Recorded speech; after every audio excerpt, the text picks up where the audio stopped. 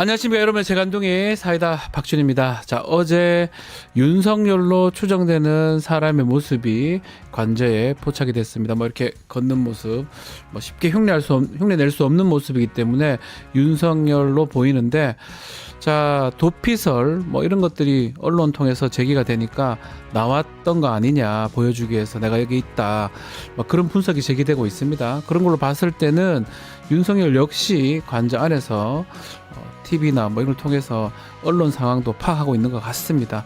자, 그게 맞다면 국민들 상황도 좀 알 것 같아요. 잠 못 드는 국민들 좀 빨리 법 집행을 받는 게 맞지 않나, 구속영장, 체포영장 생각이 듭니다. 자, 오늘도 시원하고 재밌는 소식들로 여러분 출근길 함께하고 싶습니다. 생방송 중 댓글 참여 많이 부탁드리고요. 박준의 뉴스 인사이다 지금 바로 시작하겠습니다.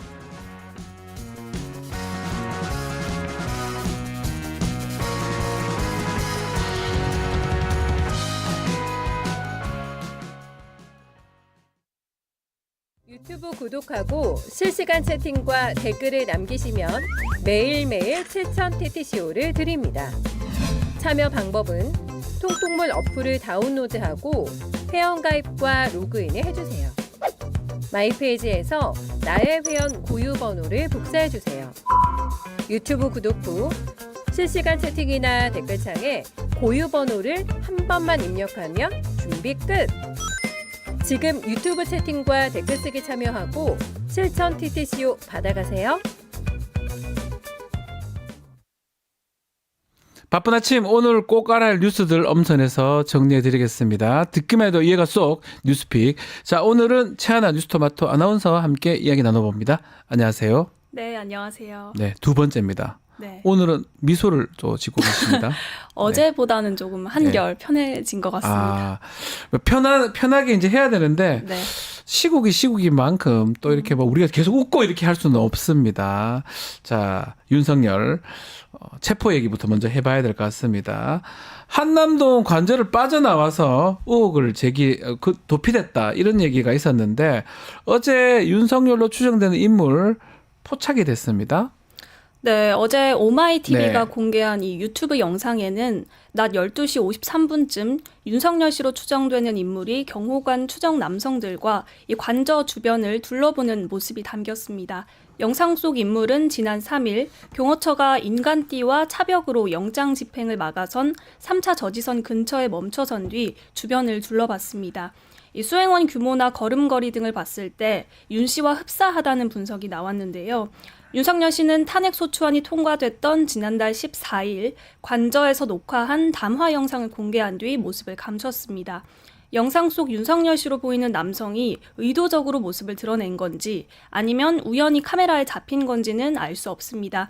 다만 이 남성이 포착된 건 공교롭게도 이 체포영장 재발부와 맞물려 윤 씨가 관저를 떠나 제3의 장소로 도피했을 거란 관측이 제기된 직후입니다. 네. 때문에 도피설을 부인하고 이 지지자들에게 본인이 건재하다는 걸 알리기 위해 일부러 모습을 드러낸 것 아니냐라는 분석이 나오고 있습니다. 일단 걷는 모습, 최하나 아나운서 어떻습니까?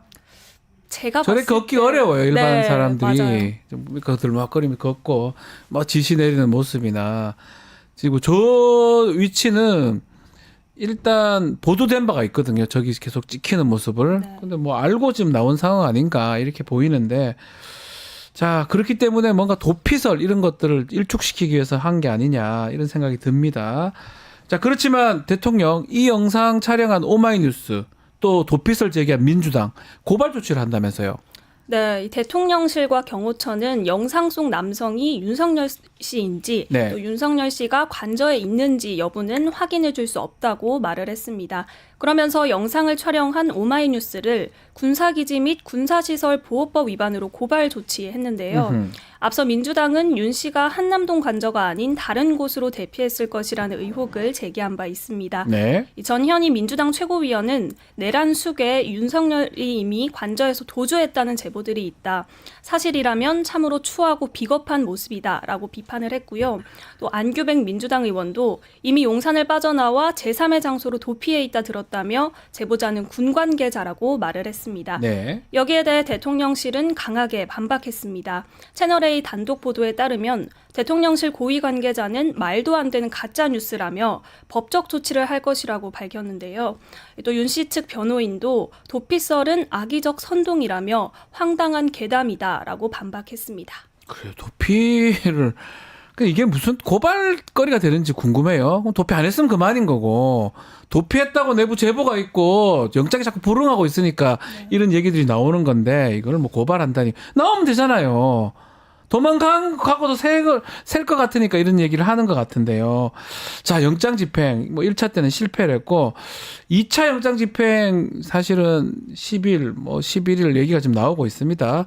자, 임박해 오면서 윤석열 변호인단 어제 기자 간담회를 열었는데, 기소하고 사전 영장 청구에는 응하겠다라는 또 얘기를 했는데, 이 내용도 한번 정리를 해 주셔야 될 것 같습니다. 네, 윤석열 씨 측 변호인단은 어제 서울 서초구 한국 컨퍼런스 센터에서 간담회를 열었습니다. 윤곽근 변호사는 기소를 해라 아니면 사전 영장을 청구해라. 그러면 법원 재판에 응하겠다는 입장이라고 밝혔는데요. 그러면서 서울중앙지법에 청구해야 응하겠다는 단서도 달았습니다. 네. 공수처 관할 법원은 서울중앙지법이기 때문에 서부지법에 청구한 영장은 불법, 무효라는 기존 주장을 또다시 되풀이한 건데요. 앞서 법원은 윤석열 씨가 머무는 관저가 용산구에 있고 또 서부지법 관할인이 문제 없다며 이 윤 씨의 이의 신청을 받아들이지 않았습니다. 때문에 윤 씨가 판사를 골라 이른바 법원 쇼핑을 하고 있다는 지적도 나오고 있는데요. 하지만 윤 씨 측은 고생하는 경찰들이나 경호처 직원들의 희생을 더 이상 볼 수 없다는 입장에서 한 발 물러선 것이라며 선의로 해석해달라고 말을 했습니다. 네. 그러면서 경찰 특공대나 기동대를 체포에 동원하면 내란이라는 적반하장식 주장도 이어갔는데요. 일각에서는 윤 씨 측의 이 같은 변화가 이 공수처의 수사 지연을 유도하고 체포영장 집행 명분을 약화하려는 의도가 깔린 게 아니냐라는 분석도 나오고 있습니다. 네. 또 윤 씨 측은 중앙지법이 내란죄에 대한 공수처의 수사권을 인정하지 않아서 이 구속영장 청구를 기각할 가능성도 염두에 두는 것으로 보입니다. 자, 이런 입장 지금 나왔는데 공수처의 입장 어떻습니까? 일단 공수처 관계자는 이 기존 주장을 반복한 것이라며 네. 법과 원칙에 따라 수사를 계속하겠다라고 밝혔는데요. 또 공수처가 법을 안 지킨다고 공격하지만 우리는 법을 지켜가면서 수사하고 있다. 그럼 법원이 법을 안 지킨 거냐라고 되묻기도 했습니다. 윤 씨 측 주장과 상관없이 영장 집행 방침에는 변화가 없다는 것으로 파악됩니다. 또 윤 씨 측은 변호인 3명이 어제 공수처에 선임계를 내려갔지만 출입을 거절당했다라고 주장을 했는데요. 이에 대해 공수처는 변호인 측이 면담부터 요구해 당장은 어렵고 먼저 선임계를 제출하라고 이 절차를 설명했지만 네. 윤 씨 변호인 측이 선임계를 내지 않고 돌아갔다라고 반박을 했습니다. 윤석열 씨 측은 그동안 공수처에 내란죄 수사권이 없다며 이 선임계를 내지 않았었는데요. 2차 집행이 임박하자 다급해진 것 아니냐라는 해석이 나오고 있습니다. 논리도 없고 그냥 그렇게 보여요. 네. 시간 끌고 안 가고 싶고 되는 대로 요거만 변명하고 이거만 변명. 그러니까 이거 변호사 하는 사람들도 답답합니다. 이따위 변호를 하기 위해서 법 요거 꺼내가지고 변명하고 요거 꺼내서 변명하고 서부지법 관할 아니니 뭐 중앙지법이니 영장은 받느니 에휴 다 그냥 체포영장 받기 싫어서 저러는 것처럼 보이는데요. 자, 뭐 중요한 거는 체포 아니겠습니까? 많은 분들이 이것에 대해서 궁금증을 갖고 계실 것 같은데 언제 2차 체포영장 집행을 하는 겁니까? 일단 지난번과 달리 이번엔 영장의 유효 기간부터 극비에 붙이고 있습니다. 이 집행 시기를 예상하지 못하게 하겠다는 전략인데요. 전략인데. 네, 현재 2차 영장의 기한은 공수처에서도 핵심 관계자들만 공유하고 있는 걸로 파악됩니다. 이 경찰 국가수사본부 역시 총경급 지휘관들 중 상당수도 이 시한을 모르고 있는데요. 네. 이번에 발부된 이 체포 수색 영장에는 야간 집행도 가능하다는 내용이 포함된 것으로 알려졌습니다. 이 공수처도 밤낮 또 주말과 평일을 가리지 않고 언제든 집행할 수 있다는 가능성을 열어두고 있습니다. 다만 채널A의 단독 보도에 따르면 이 경찰과 공수처가 이르면 내일 윤석열 2차 체포 시도에 나서는 방안이 유력하게 검토되고 있습니다. 관저 앞에서 체포 찬반 집회가 크게 열리는 주말은 피해서 이 평일에 관저에 진입하는 방식에 무게를 두고 있는 게 그 이유인데요. 또 급히 체포에 들어가기보다는 시간을 갖고 전략과 전술을 보강하고 있는 것으로 보입니다. 네. 자, 2차 체포도 역시 이걸 맡고 있는 경호처가 관건이 아닌가 생각이 듭니다. 특히 경호처 대다수는 아닙니다. 지휘부, 특히 4인방이라고 얘기를 하는데 이 사람들이 지금 조사를 계속 거부하고 뭐 경호법 등을 들먹거리고 있는데 자, 2차 영장집행 관련해서 공수처 또 경찰에서는 어떤 방안들이 좀 검토가 되고 있습니까? 우선 경찰 일각에선 네. 즉시 체포 작전에 돌입해 이 강력한 수사 의지를 보여줘야 한다는 의견이 나오고 있습니다. 이 시간을 끌수록 대통령 경호처 등 윤 씨 측의 준비가 더 공고해질 가능성이 크다는 건데요. 이 반면 시간을 들여 정교한 작전 계획을 세워야 한다는 주장도 만만치 않습니다. 네. 이 사실상 마지막 시도로 보고 윤석열 씨의 신병을 어떻게든 확보해야 한다는 건데요. 현재 체포영장을 발부받아 대통령 경호처 수뇌부를 먼저 붙잡은 뒤 윤 씨를 체포하는 방안이 거론되고 있습니다. 이 경찰은 박종준 경호처장을 특수공무 집행방해 혐의로 입건해서 오는 10일 3차 출석 요구를 했는데요. 이 박 처장이 이날도 불응한다면 체포영장 신청이 예상됩니다. 네. 그 외에 불출석한 경호처 김성훈 차장과 이진하 경비안전본부장, 또 이광우 경호본부장도 마찬가지인데요. 이 경찰은 지난번보다 인원을 보강해서 영장 집행에 나설 계획입니다. 이번 시도가 사실상 마지막이 될 수도 있다는 점에서 네. 네, 경찰 비상계엄 특별수사단의 주축인 이 경찰청 안보수사대 120명에 더해서 이 서울청 형사기동대 200여 명 등 이 광역수사단 400여 명과 이 서울 일선의 강력계 형사들을 총동원할 수 있다는 말도 나오고 있는데요. 이 경호처는 물론 관저를 지키는 군이 개인 화기로 무장한 만큼 경찰 특공대를 투입해서 일거에 제압하는 방안도 거론되고 있습니다. 자, 공권력이 무짬이 짓밟혔죠. 체포영장을 막는 사람이 누가 있습니까? 뭐 조폭입니까? 깡패입니까? 그걸 막는데 이상한 근거를 대고 그 경호처 지휘부 4인방 사실은 내란죄 공범일 가능성이 매우 높은 사람들입니다. 이해관계가 딱 있는 사람들이기 때문에 경호법을 들먹거려서는 되지 않을 것 같고요. 자, 지난번보다 더 강력하게 이번에는 실패하면 안 된다라는 어떤 그런 마음가짐으로 뭐 동원할 수 있는 모든 걸 동원해야 된다 이런 얘기들을 지금 해주셨는데 지난번과 다른 부분이 또 있습니다. 네. 외곽에 이제 뭐 100일 경비단, 200일 경비단, 또 33 군사경찰대 뭐 등등의 군병력들이 지금 배치가 돼 있는데 이번에 이 체포할 때는 경호처의 지시를 군이 따르지 않을 것이다. 이런 얘기가 있습니다. 네, 동아일보의 단독 보도에 예. 따르면 이 국방부는 윤석열 씨의 체포영장 집행을 저지하는데 대통령 관저 외곽 경비를 맡고 있는 육군 수도방위사령부 소속 55경비단이 투입돼선 안 된다는 방침을 재확인했습니다. 네. 이 55경비단은 수방사 소속이지만 이 경호처에 배속돼 있는데요. 경호처가 작전 통제 등 전반적 지휘권을 갖고 있지만 체포영장 집행 저지를 지시하는 건 월권이라는 겁니다. 앞서 김선우 국방부 장관 대행은 공수처의 체포영장 집행을 저지하는데 이 군병력을 투입하는 것은 맞지 않다면서 55경비단 병력을 임무에 적합하도록 운용할 걸 경호처에 2차례나 요청한 바 있는데요.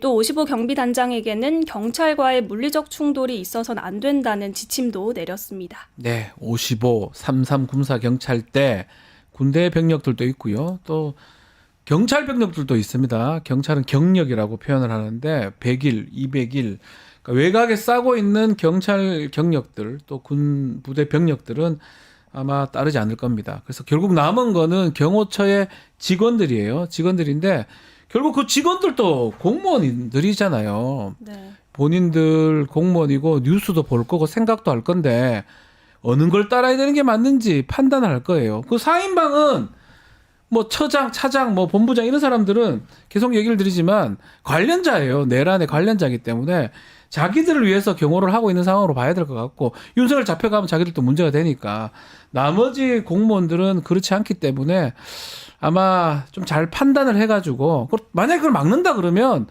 그러니까 잡아내야죠. 현행범 체포로. 네. 현행범은 누구든 당장 체포할 수 있습니다.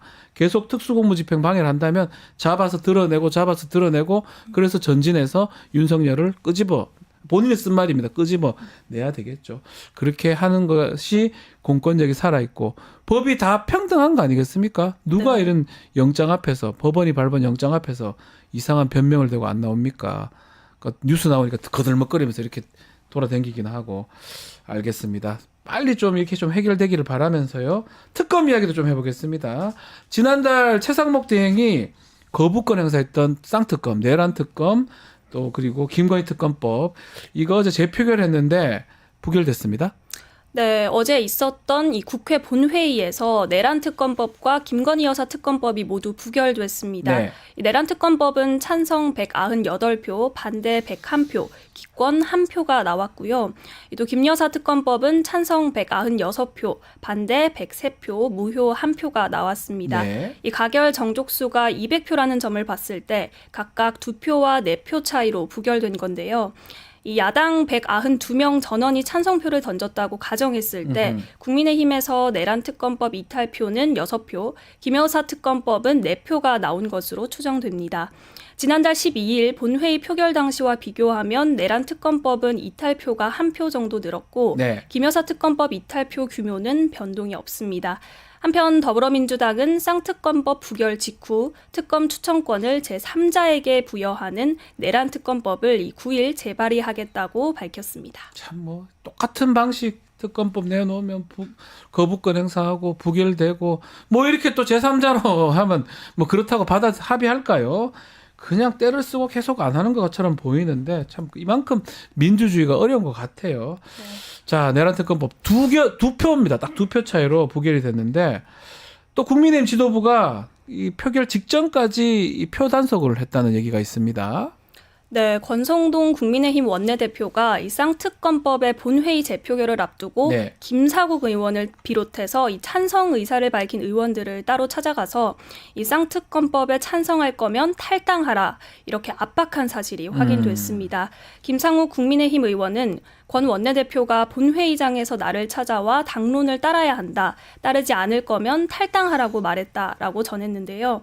이에 김상욱 의원은 윤석열 대통령이야말로 가장 큰 해당 행위를 한 사람인데 아직 제명하지 않고 있다며 이 전체주의적 발상이고 극우 정당에서나 할 수 있는 말이라 탈당은 없다고 맞섰습니다.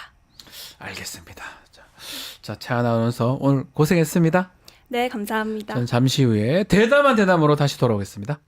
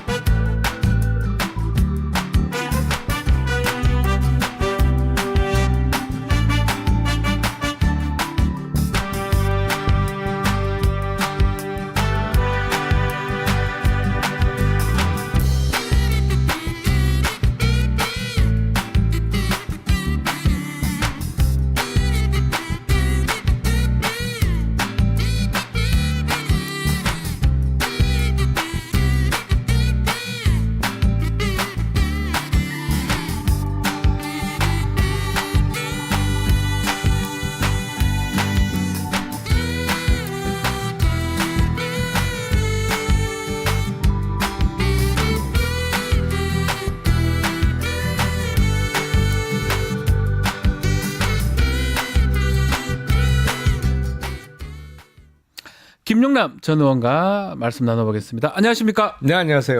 자, 약속대로 매주 목요일 함께 해주시기로 했습니다. 너무너무 감사드립니다. 그렇게 약속하고 나오는데 네, 엄청 춥습니다. 춥더라고요. 영하 10도입니다. 서울 지역. 눈도 조금 왔었고요. 매우 오늘 추운 날. 자, 이 목요일 우리 코너 이름을 아직 정하지를 못했습니다. 저는 여러 가지 생각이 나긴 했는데 우리 이 목요일 날 우리 김용남 의원님 코너 유튜브 댓글에 좀 써주시면 좋겠어요. 어떤 게 마음에 드십니까? 아니 일단 올라오는 걸 봐야죠.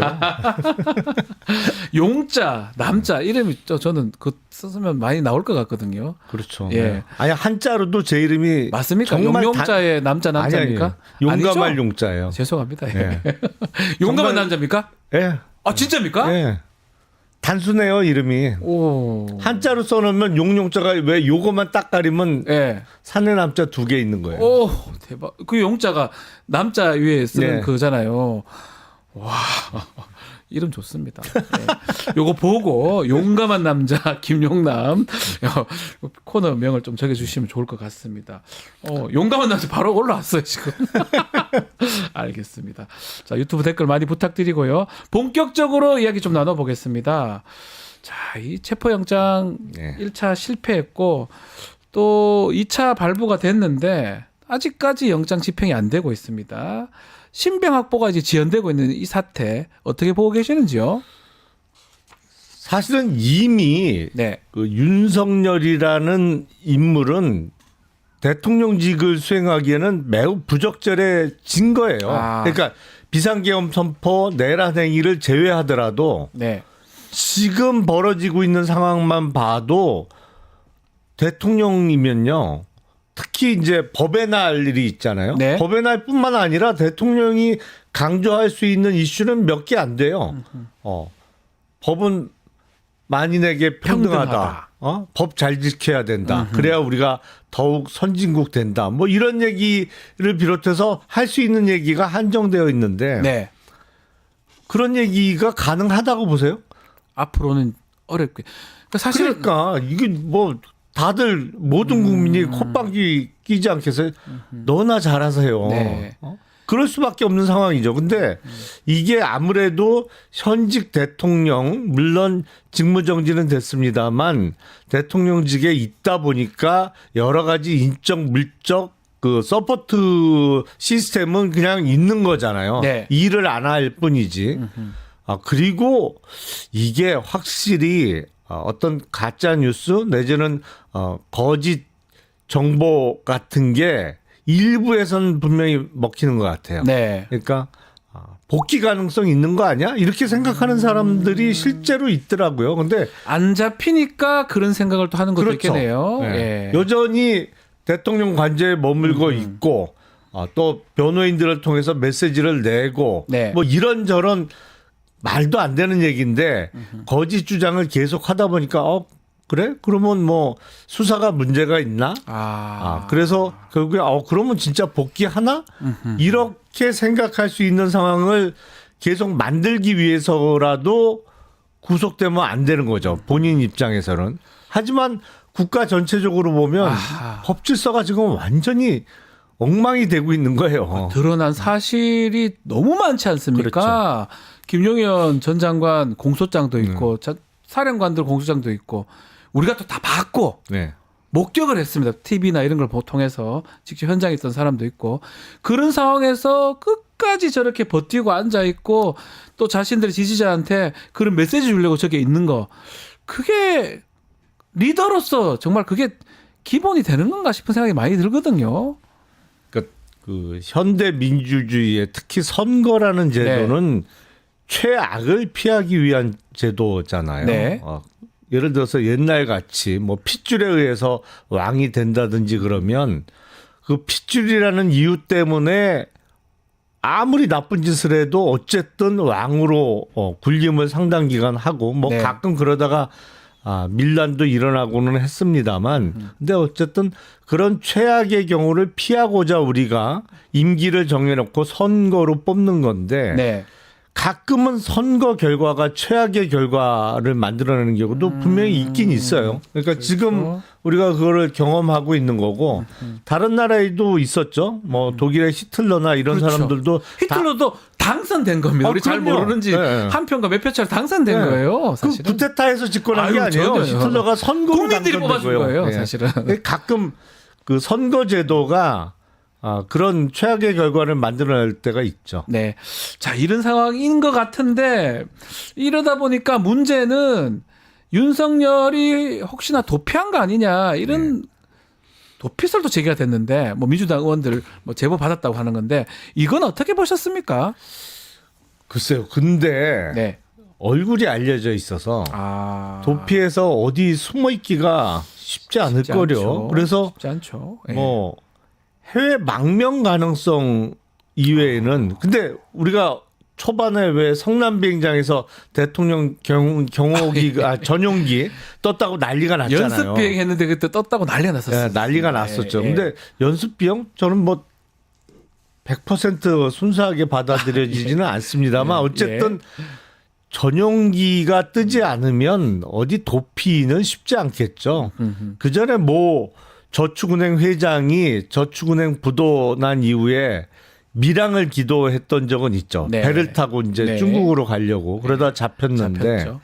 뭐 그건 쉽지 않아 뭐 보여요. 전 국민이 다 알기 때문에 또 걷는 것도 그렇고 뭐 그런 모습이 사실 눈에 딱 띄는 모습이잖아요. 눈에 확 띄죠. 예, 그렇기 때문에 쉽지는 않을 거다. 그 영상 보셨습니까? 예, 예. 오마이뉴스가 촬영했던 영상. 윤석열 그렇게 추정이 되긴 하거든요. 예, 예. 걷는 모습이나 뭐 지시하는 모습이나 어떻게 보셨습니까? 맞습니까? 맞는 것 같아요. 아, 맞는 것 같습니까? 예. 걸음걸이나 이런 거는 예. 맞는 것 같은데 지금 상황상은 전혀 할 수 없는 행동이죠, 사실은. 그러니까 밖에 나와서 저렇게 네. 찍히는 모습. 그래서 일각에서는 도피설이 제기되니까 나 여기 있다라고 보여주려고 나온 거 아니냐 이런 분석도 있더라고요. 그럴 수도 있죠. 뭐 아, 하루 종일 유튜브 보고 있을 텐데. 네. 계속 보고 있으니까. 아니 그 전에도 뭐 그렇게 많이 봤는데 지금이야 시간이 더 많잖아요. 네. 자, 뭐 결국 윤석열 도피는 하지 않았고 아마 지금 안에 계속 있을 것이다. 저 안에서 뭐 할까요? 그건 뭐 제가 개인적으로 궁금합니다. 일단 밥 먹고. 밥도 먹고 어. 술도 먹습니까? 먹지 않을까요? 아, 스타일상? 뭐 너무 좋아하니까? 안 먹을 수 있을까요? 그 전에 그 사실 대통령 업무가 많잖아요. 네. 어마어마하게 너무나 많은데 많습니다. 그러니까 열심히 하자면 한도 끝도 없는 네. 자리인데 맞습니다. 그 와중에도 그렇게 많이 마셨는데 그리고 출근 안 하고 직무 아침에. 정지돼서 할 일도 없는데. 네. 근데 지금은 뭐 네. 일을 해서는 안 되는 상황이잖아요. 그렇죠. 법률적으로는 예, 예, 맞습니다. 전혀 누구한테 지시를 할 수도 없는 상황이고 그러니까 뭐 달리 할 일이 뭐가 있겠어요. 그 네. 안에서. 자, 어쨌든 간에 집행이 안 된 게 공수처 얘기도 좀 합니다. 무능한 거 아니냐. 또 경호처의 또 격렬한 어떤 저항 얘기도 하는데 최상목 권한대행 얘기를 제일 많이 하는 것 같아요. 뭔가 직무를 해야 되는데 안 한 거 아니냐. 본인이 경제, 민생을 강조했으면 이런 어떤 불확실성 제거하기 위해서 좀 신병 확보에 본인이 좀 적극적으로 협조했어야 되는 거 아니냐. 이 얘기를 하거든요. 어떻게 보십니까? 명색이 경제부총리이고 예. 항상 입만 열면 경제를 얘기하면 사실은 이렇게 두면 안 되죠. 이게 경제적으로는 제일 안 좋은 요소가 뭐예요? 불확실성이잖아요. 차라리 안 좋은 게 확인되면 그게 바닥이고 그때부터는 올라갈 일만 있습니다만 불확실할 때는 아니 어떻게 되는 건지 도대체 알 수가 없거나 아니면 그런 모습처럼 비춰질 때가 경제적으로는 제일 안 좋은 시기잖아요. 네. 아, 그럼 대통령 권한으로 불확실성을 빨리 제거해야죠. 사실은 저렇게 활개치고 집회도 하고 뭐 하는 게 네. 수계가 구속이 안 돼 있기 때문에 그런 거거든요. 아. 그게 빨리 확실하게 길을 터주면 경제도 안정될 텐데 요새 보면 환율이 하루에 10원씩 움직여요. 네. 위든 아래든. 그 어젯밤은 또 많이 올랐더라고요. 그렇죠. 요 며칠 내려갔는데 그게 국민연금에서 뭐 달러를 팔았다 이런 얘기가 있는데 연금에서 움직인다. 예, 물론 뭐 예. 국민연금에서 공식적으로 확인해 주는 얘기는 아닙니다만 네. 국민연금이 가장 돈이 크잖아요. 뭐 지금 1,100조가 넘으니까 대부분 또 상당 부분은 달러 자산으로 갖고 있고 네. 그리고 해외 투자 부분이 더 많기 때문에 해외로 나가는 그러니까 원화를 달러로 바꿔서 해외로 나가는 돈도 워낙 많거든요. 그런데 그렇죠. 이제 그렇게 해외 투자를 할 때 이른바 선물환 매도가 되겠죠. 예, 선물환 매도를 하면 그게 금액이 워낙 크니까 한번 선물환 매도를 할 때마다 환율이 이제 끌어내리는 효과를 볼 수가 있는데 근데 뭐 내릴 때나 올릴 때나 너무 많이 움직이니까 환율은 사실 네. 일정한 게 좋은 거예요. 아, 그럼요. 사업하기에도 그렇고. 그러니까 제가 뭐 개인적 얘기긴 한데 제가 친한 이제 잘 아는 분이 사업을 하는데 보수적이세요, 사실은. 보수적이라서 너무 화가 나 있습니다. 아, 그 화가 나게 그렇죠. 딱 하나예요. 빨리 정리가 돼야 된다. 그게 안 되면 나 사업 못 한다 이거. 환율이 왔다 갔다 하기도 하고 지금 상황이 정리가 안 되니까 해외에서 보는 것도 그렇고 정말 미치겠다 이렇게 저한테 표현을 그럼요. 하더라고요. 아니 해외 투자가 안 돼요. 지금 투자 자체가 안 다 된다 막혀 있어요. 그러면. 예. 외국인 투자자들은 다 보고 있는 거거든요. 그렇죠. 상황을 특히 그러니까 금융시장에 들어오는 뭐 주식, 채권 이런 거는 단타로 들어왔다 빠질 수가 있기 때문에 네. 뭐 그거는 조금씩은 움직일 수 있지만 제일 지금 막혀 있는 게 뭐냐면 이른바 제조업에 투자한다든지 이렇게 목돈을 한번 넣으면 적어도 몇 년은 이렇게 투자에 묶여 있을 수밖에 없는 돈들 있잖아요. 네. 그런 돈들은 지금 다 막혀 있어요. 그러니까 사업하기 어려운 거죠. 네, 그러니까 예를 들어서 외국에서 투자 받아서 합작으로 무슨 공장을 지은다든지 뭐 어떤 여기서 사업을 같이 한다든지 이런 돈은 지금 못 집어넣는 그러니까요. 거죠. 그래서 그분이 하는 말이 빨리 잡아라. 아니면 아예 잡지 말든가. 그분들 생각은 딱 그런 거예요. 그러니까 정리가 돼야 되는데 정리가 안 되는 게 사실은 가장 문제가 아닌가 얘기를 하는 것 같고 또 공수처 얘기를 하지 않을 수가 없습니다. 네. 의지라든지 능력이라든지 2차는 성공할 수 있습니까? 어떻게 보십니까? 글쎄요. 글쎄요. 참. 이게 공수처법을 만들 때 저는 뭐 계속 반대했습니다. 네, 이게 예. 이렇게 신생기관 조그만 기관을 만들어 놓으면 나중에 분명히 문제점이 드러난다. 네. 그리고 여기에 들어오는 사람들이 평생 직장이라고 생각하지를 않기 때문에 3년입니다, 임기가. 그러니까요. 예, 그렇기 평생이 때문에 아니에요. 이게 기관이 잘 돌아갈 수가 없다. 그렇죠. 뭐 근데 그 문제점이 여실히 드러나고 이번에 있어요. 다 드러났습니다. 이게 지금 윤석열 체포 과정에서의 문제뿐만 아니라 그러다 보니까 그동안 공수처가 어떻게 운영됐는지가 네. 얘기가 나오는데 뭐 기사 보니까 예산을 1년에 200억 쓰고 1년에 5건 처리했다는 거예요. 정말. 그럼 사건 하나 처리하는데 40억씩 쓴 거예요. 아니 웬만한 사건을 만들어도 네, 40억이 안 40억이 들어요. 안 들어요.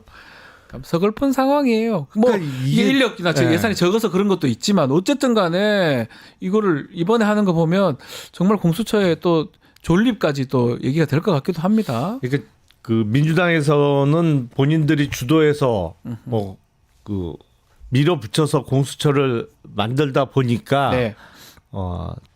좀 난감해서 얘기를 못하는 측면이 있습니다만 이게 출발부터 잘못된 거예요. 아하.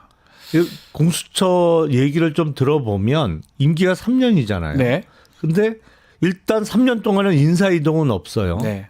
그냥 과천 그 딱 정해진 곳에 그 자리. 예. 검찰이나 경찰은 인사 이동을 하면서 전국을 이렇게 떠돌잖아요. 네. 그 직장치고는 상당히 좋은 거예요. 그리고 공무원치고는 상당한 고연봉이고.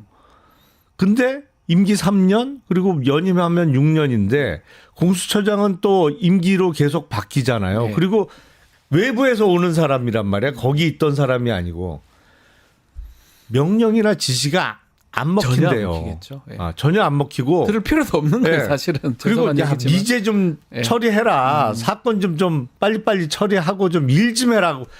들은 척도 안 한대. 기본적으로. 저도 그런 얘기를 들었어요. 예. 그러니까 내 삶에 또 내 직장 생활에 전혀 관련이 없고 좀 있으면 임기 마치고 갈 사람이야. 네. 온 지도 얼마 안 됐지만. 그러니까 정말 웰빙 조직인 거예요, 이게. 일 안 하고도 고 연봉을 받을 수 있는 그리고 직장 변동의 리스크도 없는 개인적으로는 상당히 좋은 직장인데 네. 이 이른바 신의 직장 비슷하게 있는데 문제는 이게 이렇게 중요한 일을 누가 맡겼나 본인들이 하겠다고 2차 배달라고 2천 요청을 요구권까지 해가지고. 행사해 갖고 사건 빼들어 왔는데 이 실력이 여지없이 드러난 거예요. 결론적으로는 공수처가 맡고 나서부터는 소환도 늦어지고 소환 불응하고 체포도 안 되고 시간만 주구장창 끌어졌어요. 결론적인 얘기긴 하지만 이렇게 시간이 끌면서 적들이 지금 네. 전열을 정비하고 지금 지지율도 올라가고 그러잖아요. 반격을 본격적으로 하고 있잖아요. 네. 그리고 그 여론조사 문항을 보니까 뭐 유도된 질문으로 봐도 그 틀린 얘기가 아니던데 네. 어쨌든 그거 여론조사 수치 갖고 저쪽에서는 막 네. 하고 그러다 보니까 헷갈리면서 저러다 진짜 윤석열 복귀하는 거 복귀하는 거 아니야? 아니냐? 이렇게 잘못된 생각을 하는 분들이 있단 말이죠. 늘어나고 있단 말이죠. 벌써 작년에 해결됐어야 될 부분인데 공수처 책임이 커요, 정말로. 크다고 봐야 됩니다. 네. 그래서 뭐 이런 얘기까지 나오더라고요. 혹시 내통까지 아니라 소통하는 거 아니냐? 그 공수처의 직원들 중에 검사 중에 이런 얘기까지 아주 나오더라고요. 그게 그런 오해를 뭐 받을 수밖에 없는 게 네. 경찰이나 검찰이나 지금 고위직에 있는 사람들은 대부분 언제 검사가 됐느냐 아니면 네. 언제 경찰도 인관됐느냐 뭐 김대중 정부 시절 쪽이 제일 많을 거고 맞습니다. 그리고 그다음 노무현 정부 노무현. 시절 그리고 경찰은 그 이전으로 거슬러 올라가는 사람들이 좀 있을 거예요. 네. 뭐 본인이 공무원으로 인관될 때의 임명장에 도장 찍힌 대통령을 따지면 네. 김영삼일 수도 있고요. 그러니까요. 오태올 수도 있고요. 예. 그리고 정권이 뭐 5년 단위로 바뀌어도 계속 근무를 했던 그게 직업 공무원이란 공무원들 말이에요. 아닙니까? 그 늘공이죠, 늘공. 쭉 가는 건. 네. 예. 다 늘공이잖아요. 네. 그러니까 이 정권은 자기가 공직 생활을 하는데 몇 년 동안 거쳐가는 정권이에요. 하지만 공수처 일단 오동훈 공수처장 임명 누가 했습니까? 윤석열 대통령이 있죠. 그렇죠. 그리고 네. 공수처 검사의 상당수도 맞습니다. 역시 임명을 윤석열이 해준 거예요. 지금 뭐 이종호 변호사 출신들도 아직도 네. 공수처에 남아 있고. 그러니까 이렇게 신생의 작은 조직 그리고 임기가 짧고 그러니까 영속적으로 근무하지 않을 가능성이 높은 개인적으로 보면 네. 이런 건 확실히 그런 면에서 취약점이 있거든요.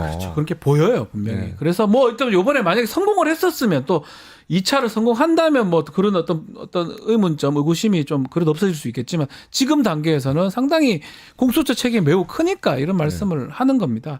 자, 지금 윤석열 측에서는 헌법재판소 변론기일은 또 가겠다라고 하고 또 뭐 구속영장을 해달라 뭐 이런 얘기도 하고 등등의 얘기는 어떻게 봐야 됩니까? 근데 말이 계속 바뀔 거예요. 바뀌는 거죠. 말이 그렇지. 예. 일단은 지금 이루어지고 있는 수사를 네. 모면하기 위해서 왜 서울 서부지법이냐 네. 중앙지법에서 영장을 받았어야지. 아니 그걸 지 맘대로 해요. 아니, 근데 저는 궁금한 게 중앙지법에서 하면 뭐 나은 게 있나요? 뭐 중앙지법이 공수처 관할이긴 한데 서부지법은 또 예외적으로 주소지 관할로 해가지고 한 걸로 그렇죠. 보이거든요. 그러니까 법에 규정이 다 있는데 굳이 중앙지법을 얘기하는 건 무슨 이유인가요? 그러니까 서울 서부지법도 관할권이 있습니다. 분명히 주소지 없는 데가 관할입니다. 아니에요. 예. 그 한남동 용산구를 관할하기 때문에 주소지 관할로 보면 네. 범죄자의 주소지 관할로 보면 그게 맞아요. 네. 예.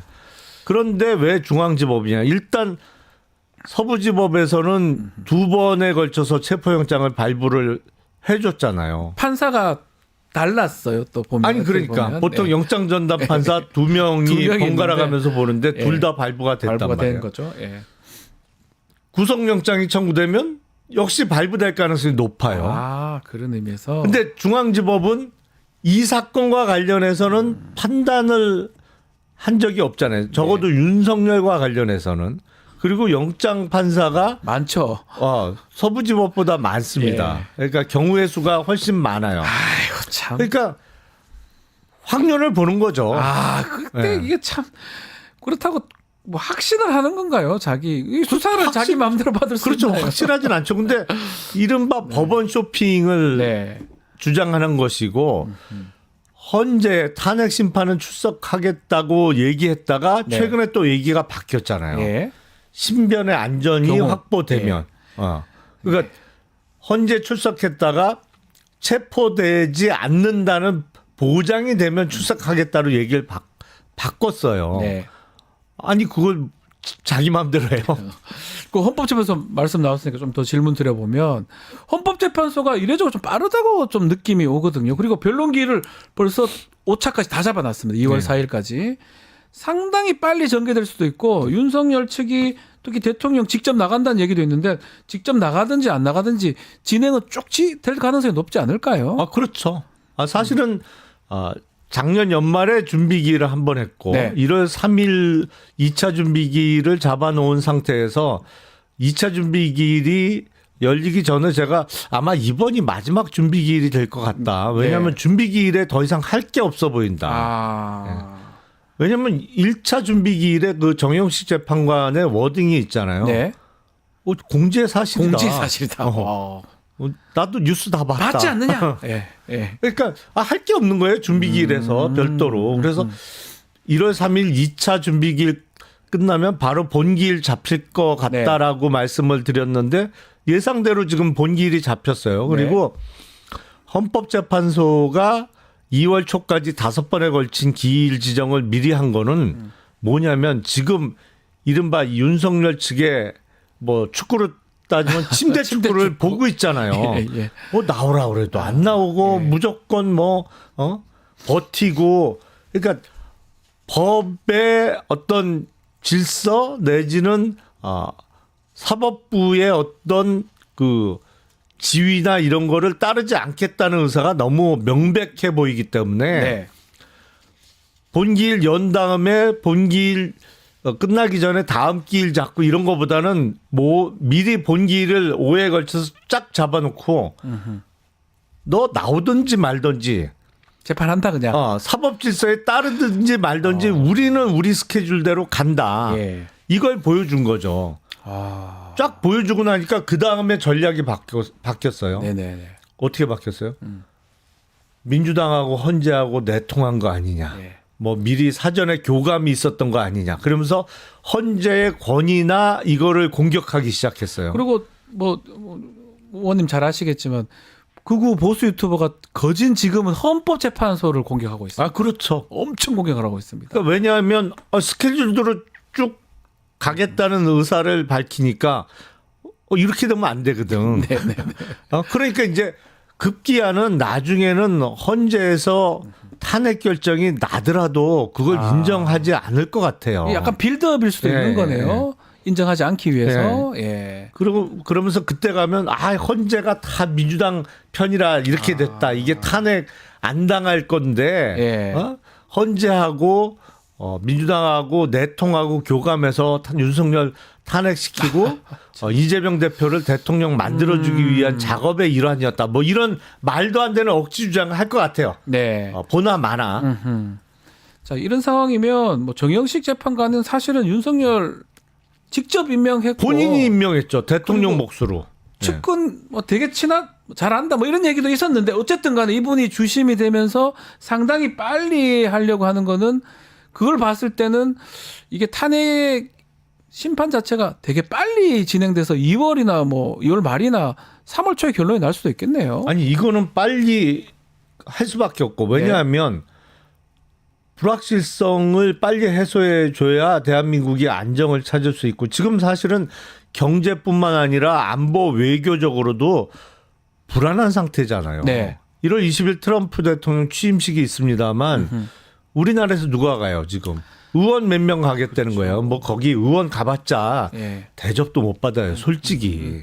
근데 지금 그렇다고 최상목 권한대행이 가요? 가긴 어딜 가? 애매하죠. 애매하죠. 가서 인정받기도 어렵고요. 그리고 조태열 외교부 장관이 간들 글쎄 미국에서 그 대접해 줄까요? 외교부 장관 뭐 곧 물러날 게 수도 있는데. 뻔히 보이는 사람인데 그러니까 모든 게 불안한 것이죠. 안보적으로는 말도 못하는 거고 지금 뭐 북한이 그나마 정신이 없으니까 저러고 있는데 헌재에서도 거듭 밝혔지만 무엇보다도 중요하고 빨리 결정해야 되는 문제인 게 틀림없어요. 네. 그건 뭐 당연한 거예요.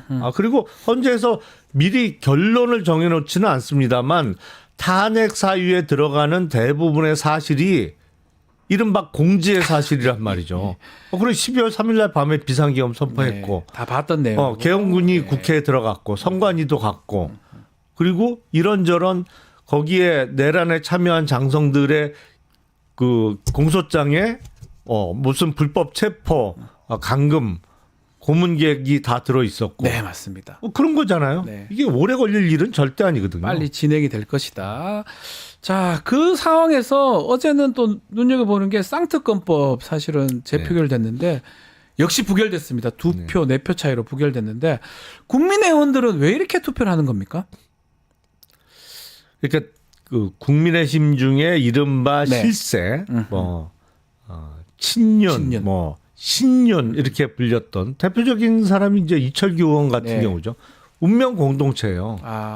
여기가 무너지면 자기도 어떻게 될지 모르는 거예요. 왜냐하면 나쁜 일을 많이 했었으니까. 같이 했으니까. 예. 그러니까 지켜야 되는 사람들이 있는 거고.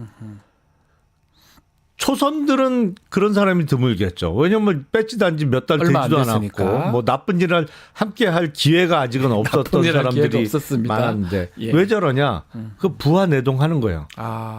그리고 이게 뭐 당내 다선 의원, 심 있는 의원들이 이쪽으로 가자 그러니까 끌려가는 게 있고 그리고 지금 국민의힘 현역 의원들이 접하는 건 아무래도 열혈 당원들이 가장 접촉의 빈도가 잦을 수밖에 없죠. 근데 그 사람들이 요구하는 게 윤석열 지켜라 이런 얘기하는 당원들이 분명히 있거든요. 강성 당원들 말씀입니다. 그럼요. 예. 그런 당원들이 분명히 있단 말이에요.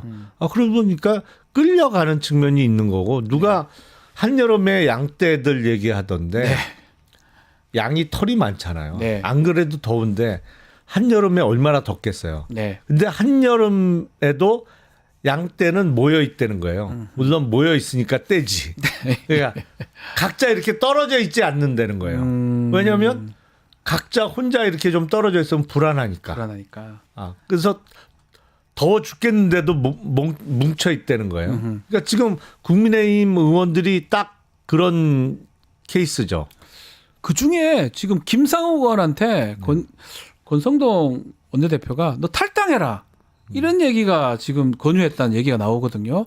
이것도 좀 심각한 거 아닙니까? 심각하죠. 그러니까 제가 이 비상계엄 선포 직후부터 계속 말씀을 드렸습니다만 아무래도 위헌정당 같다. 지금 계속 위헌정당이 아닌지만 하는 행동들이 지금 위헌정당화되는 것 같아요. 그러니까요. 더더욱. 지금 계속 보여지는 모습이 야 이래갖고 이게 민주적 기본 질서를 유지하는 정치 결사체라고 볼 수 있겠느냐. 일단 민주적 기본 질서가 그 발현이 안 되고 있는 것 같은데 딱 그 예 중에 하나가 그런 발언 탈당 요구 같은 거죠. 제가 보기엔 지금 권성동 원내대표를 비롯해서 뭐 이철규라든지 몇몇 사람들 있잖아요. 이 지금 주동을 하고 있는 거긴 사실은 정당하고 건전한 민주적 기본 질서를 준수하는 정당이라면 그 사람들이 제명당해야 돼요. 사실은.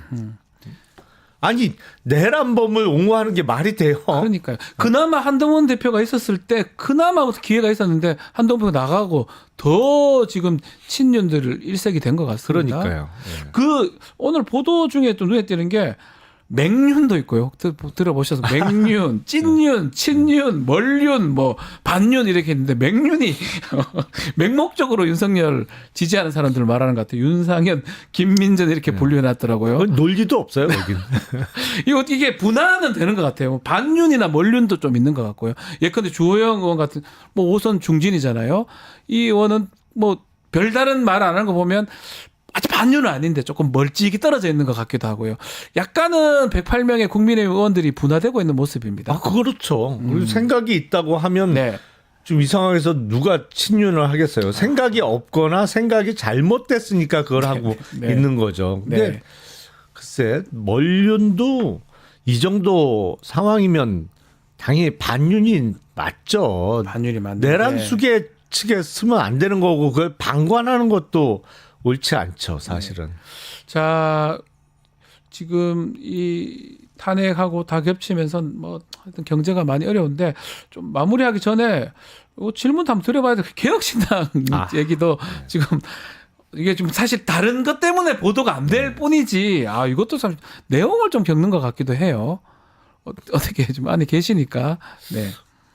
그 안에 있는데도 솔직히 왜 저렇게 피 터지게 싸우는지는 잘 모르겠어요. 이유는 잘 모르겠어요. 예. 싸우는 거는 보이니까 네. 알겠는데 왜 싸우는지는 잘 모르겠어요. 그래서 그 이유는 잘 모르겠는데 누가 또 뭐 그 허은하 대표에 대해서 국민 소환제로 이제 네. 쫓아내야 된다는 얘기까지 예. 나오는 것 같은데 예. 그 얘기는 뭐냐면 쫓아낼 방법이 없다는 얘기하고 그렇죠. 똑같은 가장 거예요. 그게 국민 소환제가 가장 할 수 없는 마지막 방법인 그렇죠. 거잖아요. 그리고 국민 소환제는 없거든. 없거든요. 그런 제도가 없어요. 당원 소환제 뭐 얘기를 하긴 했는데. 그러니까 사실은 네. 정당 대표를 퇴출하는 거는 당원 소환제가 맞겠죠. 만약에 네. 한다면. 네. 근데 당원 소환제도 없거든요. 네. 그리고 다른 정당과 달리 지도부 붕괴에 관한 규정이 전혀 없어요. 아, 개혁신당은요? 개혁신당은. 그 만들 때 다 빼버렸어요. 왜냐 이준석 의원이 그렇게 나온 거니까 본인이 나는 안 그렇게 하겠다고 했는데 야 입장이 바뀌어 버렸네요. 입장이 지금은 완전히 바뀌었죠. 그래서 글쎄, 근데 객관적으로 보면 싸울 이유가 없어 보이는데 저렇게까지. 네. 예. 모르겠습니다. 저도. 예, 모른다고 하니까요. 이 정도 말씀까지 듣겠습니다. 댓글에 다 용감한 남자를 해달라라고 용감한 코너명을 남자.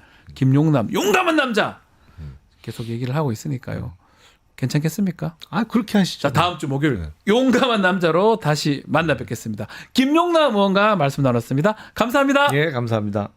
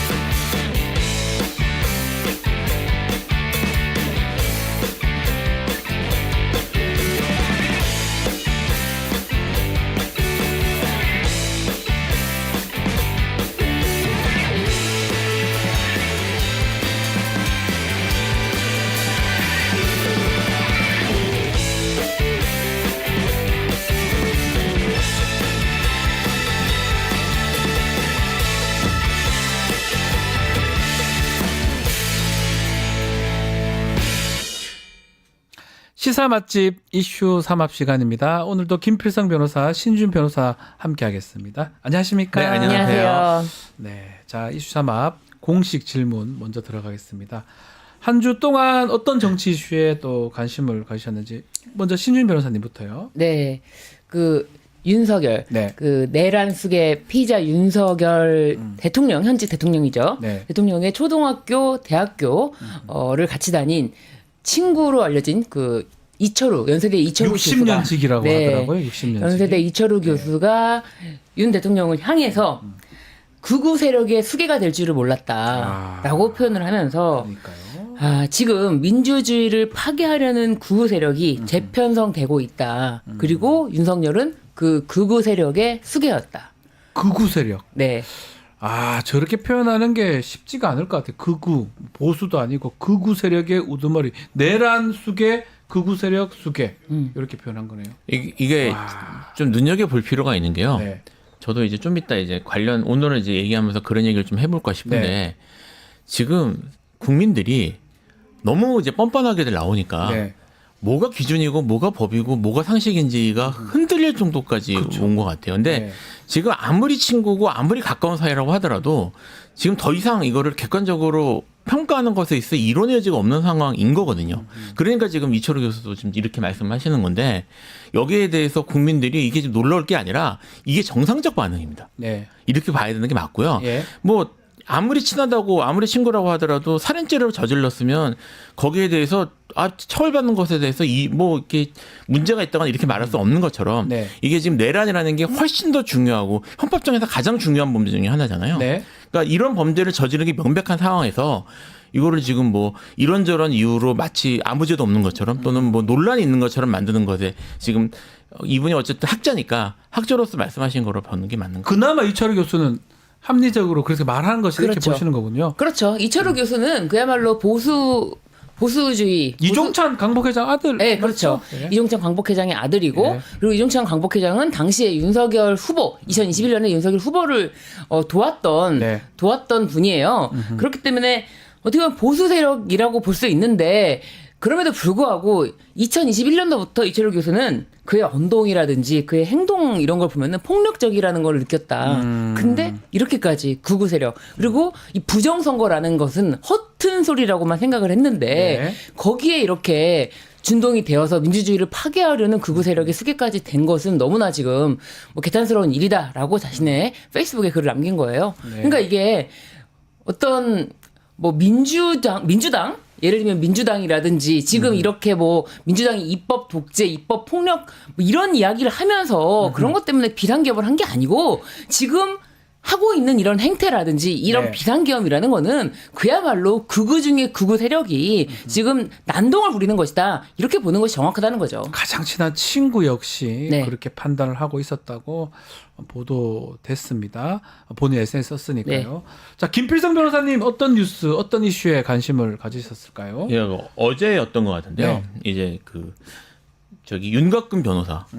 정확히 말하면 이분은 지금 대리인이 아닙니다. 아직까지 선임계를 안 낸 것 네, 같아요. 선임계 안 냈습니다. 그래서 사실 이 사람 얘기를 계속 이렇게 마이크를 대주는 게 맞는지 네. 모르겠습니다. 뭐 어쨌든 기자 간담회까지 열고요. 이런 말을 하셨다고 그래요.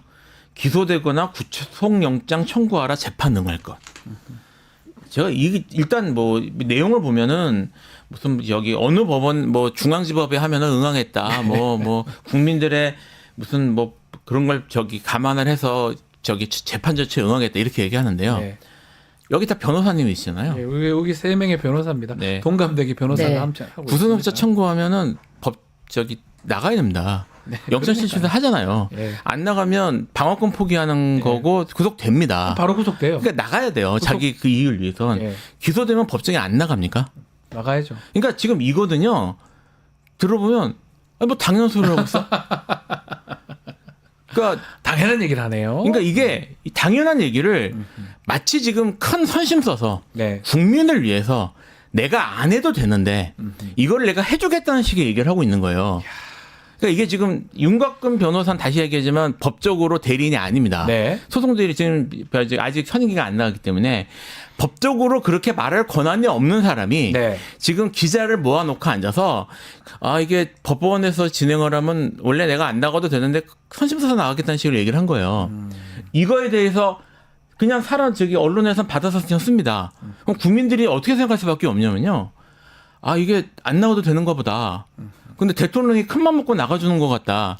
이렇게 가는 거예요. 그러니까요. 이게 지금 제가 좀 전에 얘기했던 것처럼 적법 절차, 그다음에 우리나라의 사법 시스템, 헌법적인 제도 이런 거 다 무시하는 말입니다. 네. 근데 이게 지금 상식처럼 통용되고 있고요. 제가 비교를 좀 할게요. 제가 네. 이제 이제 최근에 예를 들어 이제 조국 이제 전 의원이죠. 전 의원이 결국 이제 수감이 됐지 않습니까? 네. 본인이 대법원 결과에 대해서 여러 불만도 있고, 그다음에 승소할 수 없다고 입장을 밝혔음에도 불구하고 그게 법이니까 들어간 거예요. 그렇죠. 룰이기 네. 때문에. 오늘이 목요일이죠. 그저께 이재명 대표 재판이 있었는데 네. 이재명 재판이 지금 엄청 지금 사실 시급한 일이잖아요. 네. 아침 10시 반부터 오후 늦게까지 법정 지켰습니다. 하루 종일 있었어요. 하루 종일 지켰습니다. 왜냐하면 그게 원칙이니까. 그게 사실은 어떠냐면요. 이게 지금 피고인이 둘이거든요. 둘인데 지금 증인신문을 이재명 쪽에서 하는 게 아니라 다른 분이 하고 있어요. 그래서 사실 이제 법원에서 기술적으로 변론 분리해서 해도 됩니다. 분리해가지고 나오지 말아라고 해도 됩니다. 해도 사실. 됩니다. 되는데 지금 이거 왜 그걸 법정에 나와 있냐면 지금 유동규 씨를 지금 증인신문하고 유동규 씨가 이재명 대표가 나오지 않으면 나는 재판 안 나와라고 증언 안 하겠다고 지금 하니까. 얘기를 하니까 재판장이 증언 안 하면 곤란하지 않냐. 지금 유동규가 그 이야기한 것 때문에 지금 붙잡혀 있는 거예요. 지금 이게 지금 사실은 법과 질서입니다. 그렇죠. 정말 부당하고 합당하지 않다 하더라도 따라야 되니까 따르는 거잖아요. 이게 지금 재판, 그러니까 지연 어쩌고 얘기를 하지만 유동규 씨가 지금 증언을 안 하면 재판이 지연될 거 아니에요. 네. 유동규 씨가 증언하기 위해서 지금 이재명 대표가 하루를 포기하고 와 있는 거예요, 법정에. 지금 이게 법과제 있었는데 네. 지금 기소하거나 구속영장 청구하거나 이러면은 재판에 응하겠다는 거를 마치 선심수듯이 얘기하는 게 정말? 지금 현재 이게 우리나라의 법치의 수준이고요. 저 사람들이 저 사람이라고 해도 될 것 같아요. 네. 저 사람들이 얘기하는 지금 그들이 법치라는 게 이런 거예요, 사실. 네. 제가 분노했어요, 지금. 아니 네. 어느 정도냐면은 이 구속영장 청구하라 재판에 응하겠다라고 하는 것에 대해서 헤드라인이 이렇게 뽑습니다. 차라리 구속영장 청구하라 기습당한 공수처. 공수처가 기습당했다. 이런 식으로 지금 신문에 헤드라인을 뽑는 거예요. 그러니까 나는 구속영장 청구하면은 당당할 텐데 공수처 너네가 제대로 한 게 뭐가 있냐. 그러니까 오히려 공수처는 관할 위반이야 이런 이야기를 마치 정당한 것처럼. 이야기인 것처럼 써주면서 공수처가 오히려 기습당했고 모든 법률적 준비를 만반의 준비를 다 하고 있다. 이런 터무니없는 제목에 지금 글을 막 뽑아내고 있어요. 아니 당연한 것이고요. 그리고 지금 계속 관할 이야기하는 거 뭐 서울중앙지법으로 하겠다 이런 거 다 시간 끌기라는 거 너무나 알고 있고 속으면 안 된다. 네. 자, 안 잡혀가니까 이렇게 결집하는 것 같습니다. 그리고 보수 언론들도 처음에 내란 일어났을 땐 그러지 않더만 시간이 흐르면 흐를수록 뭐 조중동 특히 중앙일보나 뭐 조선일보 같은 경우는 보면 계속적으로 이 내란 세력에 동조하는 듯한 그런 뉘앙스의 헤드라인이나 기사들이 나오는 것 같습니다. 그러다 보니까 체포가 되는 게 가장 이게 중요한 상황으로 보이는데 법원 체포영장은 재발부가 됐어요. 이번에도 서부지법이고 영장 발부한 판사는 1차 때 2차 때가 다른데 이 둘 다 판사가 발부를 해줬다는 거는 어떤 의미로 봐야 됩니까? 사실 뭐 이론의 여지가 없이 이론의 여지가 공수처가 없다라는 있다는 거겠죠. 거죠. 있는 거죠. 공수처에게 권한이 있는 거고요. 네. 이게 사실 좀 법률적으로 이제 이런 문제가 있는 거예요. 그러니까 둘 다 검찰하고요. 네. 공수처하고 이제 둘 다 관할 수사권이 있는지 여부에 대해서 논란이 좀 있었는데 이게 이제 법리적으로는 구조가 같습니다. 이제, 네. 이제 이른바 관련 사건으로 그렇죠. 묶어서 들어간 거예요. 직권남용으로 해가지고 내란죄에 네, 관련 들어간 사건으로. 건데 네. 이게 공수처하고 검찰하고 근거 법령이 레벨이 다릅니다. 무슨 말이냐면 공수처에서 말하는 관련 사건의 관할법은 공수처법에 있어요. 네. 근데 검찰의 경우에는 관련 사건의 규정이 그 대통령령에 있습니다. 그러니까 또 합의 법령이에요. 그러네요. 그러니까 정말 문제가 되면은 사실은 검찰에서 기소한 게 문제가 그러니까요. 되는데 지금 검찰에서 다 아시다시피 전부 구속해가지고 기소했잖아요. 네. 그러니까 이제 검찰 단계에서 이미 대통령령으로 한 것도 큰 문제가 없다. 사실 학자들 사이에서 논란이 있었거든요. 이거 오히려 이 경우에는 네. 왜냐하면 대통령령을 기준으로 관련 사건 판단하는 게 맞냐? 그거는 이제 법률 레벨에서 해야 되는 거 아니냐? 논란이 있었는데 지금 이미 뭐 중앙지법이나 이런 데서 문제 없다고 한 거잖아요. 네. 한 상태인데, 그러니까 이제 거기서 문제가 없으면 법령의 근거로 든 공수처법에서는 당연히 문제가 없는 거거든요. 그러니까 네. 여기에 대해서 기소되고 저기 수사가 진행되는 걸 보면서 학자들이나 전문가들은 그러면 공수처법은 당연히 문제가 없네라고 생각을 했는데 네. 지금 이걸 가지고 시비를 거는 거예요. 예. 그러니까 사실 법리적으로는 말이 안 되는 주장입니다. 이거. 시비인 것 같아요. 그냥 중앙지법 영장 응하겠다 이런 말도 마찬가지로 같은 얘기로 보이고 결국 체포를 좀 언제 하냐 이 부분이 가장 문제 같은데 어떻게 보십니까, 신 변호사님? 한숨 사실- 푹 쉬셨는데 지금. 아니 그렇죠. 왜냐하면은 영장이 다시 나왔을 때만 해도 그 앞에 관저 앞이 좀 경찰들이 그 앞에다가 차벽을 좀 더 세우는 모습들을 보이면서 네. 그 밤에 당장이라도 마치 집행할 것 같은 모습을 보였는데 사실은 이게 당장이라도 집행했으면 좋겠다라는 제 바램과 네. 공수처가 그간 보여준 모습 그리고 공수처가 정말 5시간 반 동안 있다가 그냥 터덜터덜 걸어 나왔을 때 네. 그 실망감 그리고 그럼에도 불구하고 한 번은 더 집행에 들어갈 것이다라는 기대를 했었거든요. 그런데 눈이 와서 아니면은 노면이 결빙이 돼서 그냥 1월 6일 첫 번째 영장을 그냥 보내버렸어요. 그냥 한번 보낼 하고. 거라고 네. 생각도 못했거든요. 두 번째 정도는 집행을 할 줄 알았는데 그리고 더 무엇보다 충격적이었던 거는 경찰에게 네, 예. 그것에 대해서 이제 일임하겠다라는 그런 걸 공문으로 보냈다라는 거는 전혀 이 상의가 안 됐다는 거잖아요. 네. 그래서 지금 두 번째 영장이 그렇게 빨리 원활하게 수행이 착착착착 되지는 않겠구나. 다만 준비를 한다면 정말 제대로 준비를 해야 될 것이고 네. 들어간다면 3박 4일 동안 나오지 않겠다라는 그 정도의 준비를 하고 그리고 경찰들을 계속 바꿔주면서 현장에 나가 있는 경찰들을 계속 바꿔주면서 이렇게 집행을 해야 되지 않을까. 그리고 제일 중요한 거는 들어갈 때요. 그냥 문을 뭐 여기가 뚫렸네 들어간다 우리는 들어간다라고 들어갈 게 아니라 그러면 거기 출입 통제를 경찰이 하면서 예 1차 2차 다 뚫렸다 그냥 들어가면 된다 그게 아니라 그다음에 막았잖아요. 그다음에 막았잖아요. 그럼 오히려 들어갔던 인원들이 고립이 되는 거잖아요. 네. 이럴 게 아니라 이번에는 정말 정상적으로 체포를 하겠다라는 의지가 있음을 보여줄 거면 거기 들어가는 입구부터 첫 번째, 두 번째, 세 번째, 3차 관문까지 전부 다 경비를 오히려 체포 영장을 집행하는 쪽에서 거기를 다 집행하면서 거기를 계속 지키면서 들어가야 될 것이다. 그리고 사실은 지금 체포영장 집행하는 당일에 그 방탄 차량 2대가 그 관저에서 나왔다라는 것이 찍히면서 네. 문제가 됐는데 지금 체포영장을 집행하러 간다고 해도 반드시 관저에 있으려는 법은 없거든요. 네. 그래서 체포영장이 집행되지 않을 경우 계속 추적하면서 그거를 집행이 종료되지 않도록 추적을 계속 해야 된다. 네. 언제쯤 뭐 10일 얘기도 있고 그냥 내일 정도 들어갈 수도 있다고 얘기도 있고 유효기간이 사실 잘 모른다고 좀 더 많이 받았을 것이다. 영장 유효기간. 그런데 알려주지 않는 거는 좀 기습할 수도 있다. 뭐 이런 등등 얘기가 나오고 있어요. 제가 아마 거의 이제 지금 이 관련해서 뭐 언론이나 네. 대부분 이제 하시는 분들이 공수처를 비판을 하고 계시는데요. 네.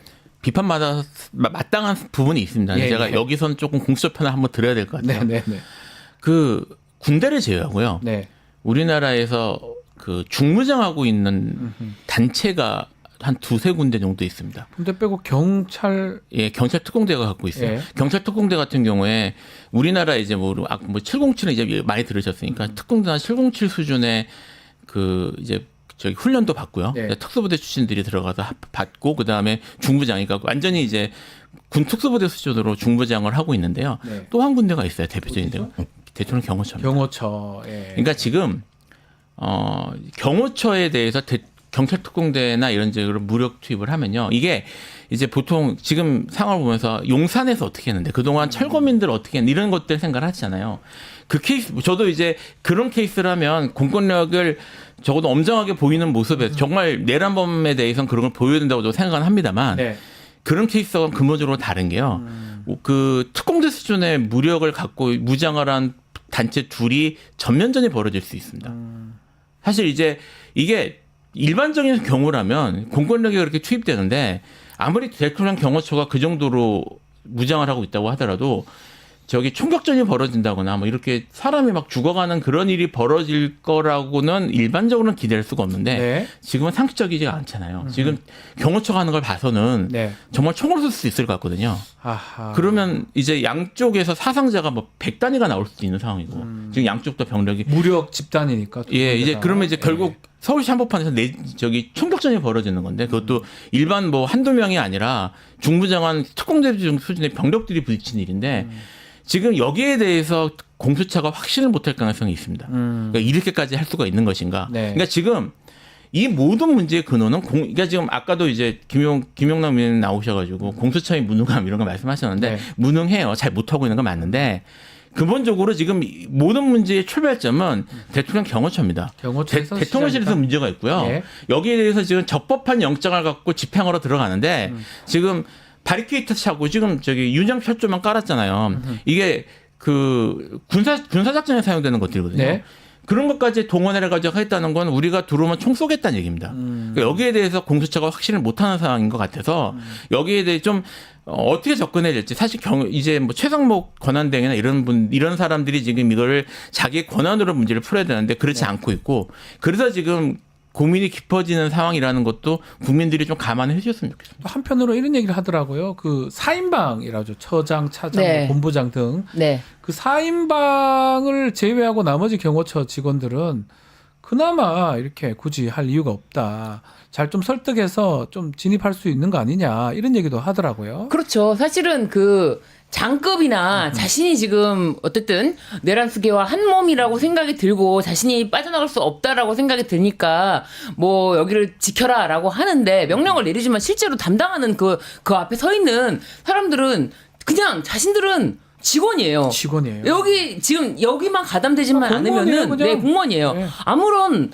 연관성이 없고 자신의 공무원으로서의 그냥 직위를 유지가 된다는 거예요. 네. 그런데 왜 내가 여기 가담해야 되지? 그런 현타가 온다는 거예요. 그렇기 때문에 정말 뭔가 물리적인 충돌이 있을 때 그거를 밀고 들어가는 모습보다는 대치를 하면서 대기를 하는 거예요. 그러면서 사실은 이 사람들이 그냥 풀 수 있게 어떻게 보면은 뭐 3박 4일 대치를 한다. 그러면 거기 안에 있는 인원은 한정적이고 밖에서 지금 들어가는 체포를 하고자 하는 체포영장 집행을 하고자 하는 인력은 계속 더 어떻게 보면 교체를 할 수도 있지 않습니까? 그러면서 대치를 하는 시간이 오래 들면서 설득을 하는 거죠.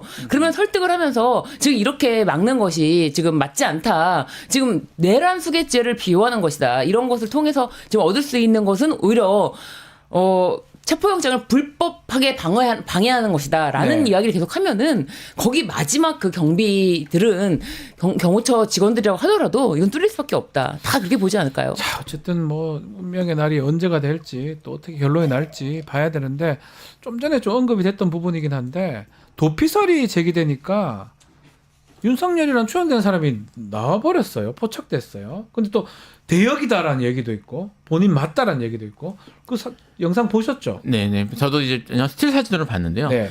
뭐 이제 실루엣이 일단은 비슷해 보이긴 합니다만. 거의 유사하거든요. 네, 제가 네, 봤을 예, 때는. 예, 그렇긴 합니다만 지금 그 뭐 여러 가지 해석이 있을 수 있는데 네. 그 도피가 문제가 되면 이제 명백히 뭐 명분도 떨어질 뿐만 아니라 이제 구속사유가 되죠. 네, 이제는 구속사유가 되죠. 사실은 저는 이미 지금 상황으로도 구속사유가 충분히 충족된다고 봅니다만 이제 도피 시도까지 했으면 이거는 뭐 구속은 명백한 것이고요. 네. 이게 이제 구속영장이 청구가 되면 법정에 출석을 안 하면 결국 영장이 청구가 되는 영장이 이제 발부될 수밖에 없는 상황인데 실질 심사가 있으니까. 실질심사가 있으니까. 그래서 저는 사실 뭐 이제 뭡니까 공수처에서 구속영장을 청구하는 것도 방법이겠다라는 생각은 했거든요. 네. 근데 이제 그 아직 구속영장까지 청구할 단계는 아니다. 뭐 어느 정도 지금 뭐 라고 생각을 해서 계속 체포영장을 하고 있는 것 같은데 만약에 이제 도주할 시도가 있었다는 게 명백해지면 네. 그러면 이제 구속영장을 가도 되죠. 가도 되니까 그런 상황이 될 수 있을까봐 지금 모습을 보인 게 아닌가라는 생각을 좀 신 하고 있습니다. 변호사님은 네. 어떻게 그런 얘기도 있어요. 저렇게 나온 게 지지자들을 향해서 또 네. 액션을 보여주는 거다라는 얘기도 있는 것 같고. 아무래도 도피설이라는 이야기가 나오고 도주 그 체포 영장 집행 당시에 도주했었다라는 이야기가 나왔을 때 네. 그러면은 지지자들은 그렇잖아요. 여기서 우리가 지키고 있는 것은 누구지? 라는 허상인가? 우리는 이렇게 지키고 있는데 이미 저 안에는 사실 우리가 지켜야 될 대상이 없다. 그런 지지자들이 그러면 실망할 거 아니에요. 그리고 지지자들은 윤석열 대통령이 우리를 지금 보고 있다. 우리가 네. 지금 우리의 목소리가 들린다라고 생각해서 더 크게 지금 지지를 외치면서 호소하고 있는 건데 그런 도주했다라고 하면은 아무런 실체가 없는 거잖아요. 그러니까요. 그렇기 때문에 그런 지지자들을 향한 모습이지만 플러스 한 가지 더는 체포영장을 다시 재집행하러 왔을 때는 나 여기 있다. 그렇지만 그때는 없을 수도 있다. 아, 그럴 수도 있나요? 네. 그러니까 여기 있다라고 모습을 보여주는 것이 집행해봐.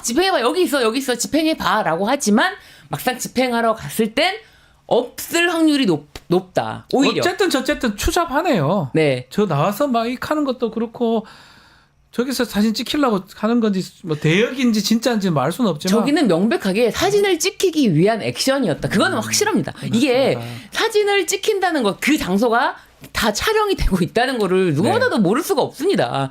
일부러 사진을 찍히기 위한 행동이었고 그것은 제가 봤을 때는 체포영장 집행하러 갔을 때는 그 방탄 차량이 아니라 이번에는 다른 차량을 이용해서라도 그 현장에 없을 것이다. 왜냐하면 잡히지 않는 것만이 시간을 끌 수 있는 유일한 방법이라고 생각하고 있어요. 야, 정말 저 사람이 우리 대통령이었다는 게 놀랍기도 하고 하는 행동 보면 정내미가 뚝 떨어지는데요. 네. 같은 법조인이라는 게 창피하기도 하고요. 아, 자, 이 가운데 쌍특검법 어제 국회에서 재표결 또 부결이 됐습니다. 국민의힘이 끝까지 표단속하고 당론 정하는 모습까지 또 가결 찬성한 뭐 김상우 의원이라든지 김여지 의원한테 너 탈당해라라고 막 하기도 하고 국민의 행보를 어떻게 봐야 됩니까? 지금 뭐 이제 아마 현재 지금 지지자들한테 보이는 네. 시그널은 메시지는 마치 이제 윤석열 대통령이 돌아올 수 있는 것처럼 그러니까요. 하는 이제 시그널을 주고 있는 것 같긴 한데 아마 본인도 알 거예요. 이제 안 된다는 거는 안 된다는 건 알 거고요. 아는데 왜 저래요? 왜냐하면 그 이유를 생각을 해야 되니까. 네. 근데 이유를 어떻게 돌파할지가 문제인데 이제 그 지난 박근혜 대통령 당시에 돌파한 방식으로는 안 된다. 지지자들을 결집시킬 필요가 있다. 그러니까 이제 국민의힘이 이 역사적으로 최근 한 20-30년 사이를 보면 심각한 위기가 몇 번 있었는데 그렇죠. 지금 이제 가장 최근 것이 이제 박근혜 탄핵 때였다면 그 전에가 이제 노무현 대통령 탄핵 실패였던 건데 두 가지 케이스가 돌파하는 방식이 달랐습니다. 그러니까 이제 최근에 있었던 박근혜 대통령 같은 경우는 어떻게 보면 이제 탄핵에 앞장서는 권성동 의원이 그 당시에는 점점 앞장서서 했지 않습니까? 그렇죠. 앞장서서 하는 것이 우리에게 도움이 될 거라고 판단했던 것 같은데 결국은 그 후에 계속 선거에 지고 계속 지리멸렬한 모습을 보였단 말이에요. 반면에 그 노무현 대통령 때 네. 그때는 이른바 천막당사라는 걸 하고요. 맞습니다. 그 다음에 이제 그때 이제 박근혜 당시 그때 당시 위원장이었는데 비대위원장? 비대위원장이었죠. 이런 거였을 예, 겁니다. 하면서 이제 그 사람이 그 당시 했던 게 뭐냐면 그 지역 감정을 건드려서 대구 경북을 결집하게 하는 방식으로 3분의 1 정도의 의석을 확보하고 들어가는 식으로 그렇죠. 결국은 선거 여왕이 됐습니다.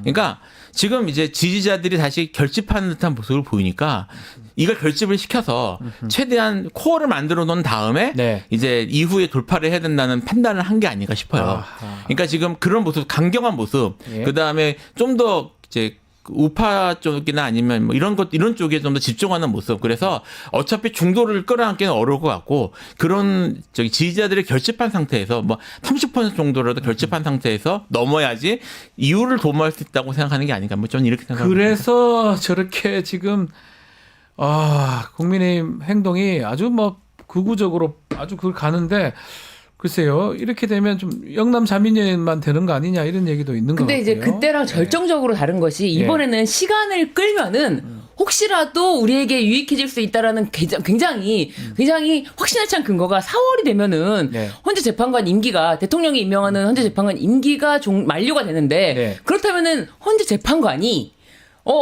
권한대행, 우리 집 권한대행이 임명할 수 있는 사람이라면 이거는 탄핵을 막을 수 있는 거 아닌가 이런 계산이 있어요. 그러니까 무조건 시간을 끌면 우리가 이긴다라는 확신에 차 있어요. 계산도 있다는 거예요? 그럼요. 시간만 끌면은 이거는 필승이다. 정말 우리 이필성 변호사님도 계시지만 필성이네요. 김필성 변호사님도 계시지만 네, 필성이 아니고 필승이다. 네. 근데 이제 이런 게 있어요. 그러니까 저도 이제 그걸 보는 것 같은데 네. 이게 사실 국힘이 지금 약간 모순된 모습을 보이고 있습니다. 그러기 위해서는 헌재나 법원을 자극하면 안 돼요. 네. 이제 다 개판해 보시면 재판 다 해보셨으니까 하면서 가장 해만 안 되는 게 법원 모욕하는 거거든요. 네. 법원이 판단을 하는 권한 주체이기 때문에 제가 절차 진행과. 근데 지금 이거를 결집시키기 위해서 가장 해야 되는 게 지금 헌재하고 법원 공격하는 걸 하고 있단 말입니다. 네.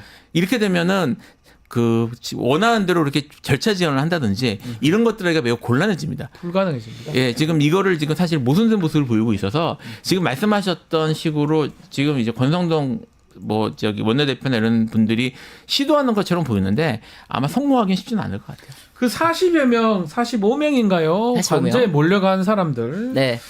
이 사람들은 지금 무슨 생각을 갖고 있을까요? 진짜 그 지역에 특히 대구 경북 의원들이 가장 많더라고요. 예, 그렇죠. 세알에 보니까 딱 그 비율대로 나왔더라고. 부울경 수도권은 적고 비례는 뭐 그렇다 치고 그런 게 지역 감정대로 가겠다 이런 건가요? 사실 제가 이제 예. 박근혜 케이스를 얘기를 했는데 당시에 지역 감정이 자극했던 게 사실 우리나라 정치에는 꽤 길게 이제 안 좋은 영향을 많이 네. 미쳤거든요. 근데 지금 똑같은 모습을 보이고 있고 이제 다만 이제 지역 구도라기보다는 지금은 이제 무슨 세대나 네. 또 뭐 유튜브 이런 걸 기준으로 나뉘는 이제 이게 있으니까 네. 그쪽으로 좀 더 집중하는 듯한 모습. 그래서 유튜브 특히 극우 유튜버들의 영향력이나 이런 게 커지는 상황이고, 근데 이제 지역 구도가 전혀 없는 건 아니지 않습니까? 네. 그러니까 아무래도 저도 눈여겨 봤거든요. 대구 경북 쪽 의원들이 대부분 한 70% 나왔습니다. 네, 그 정도 대구 차지하고 경북 의원이 제가 한 25분 중에 열 몇 명이 지금 나왔더라고요.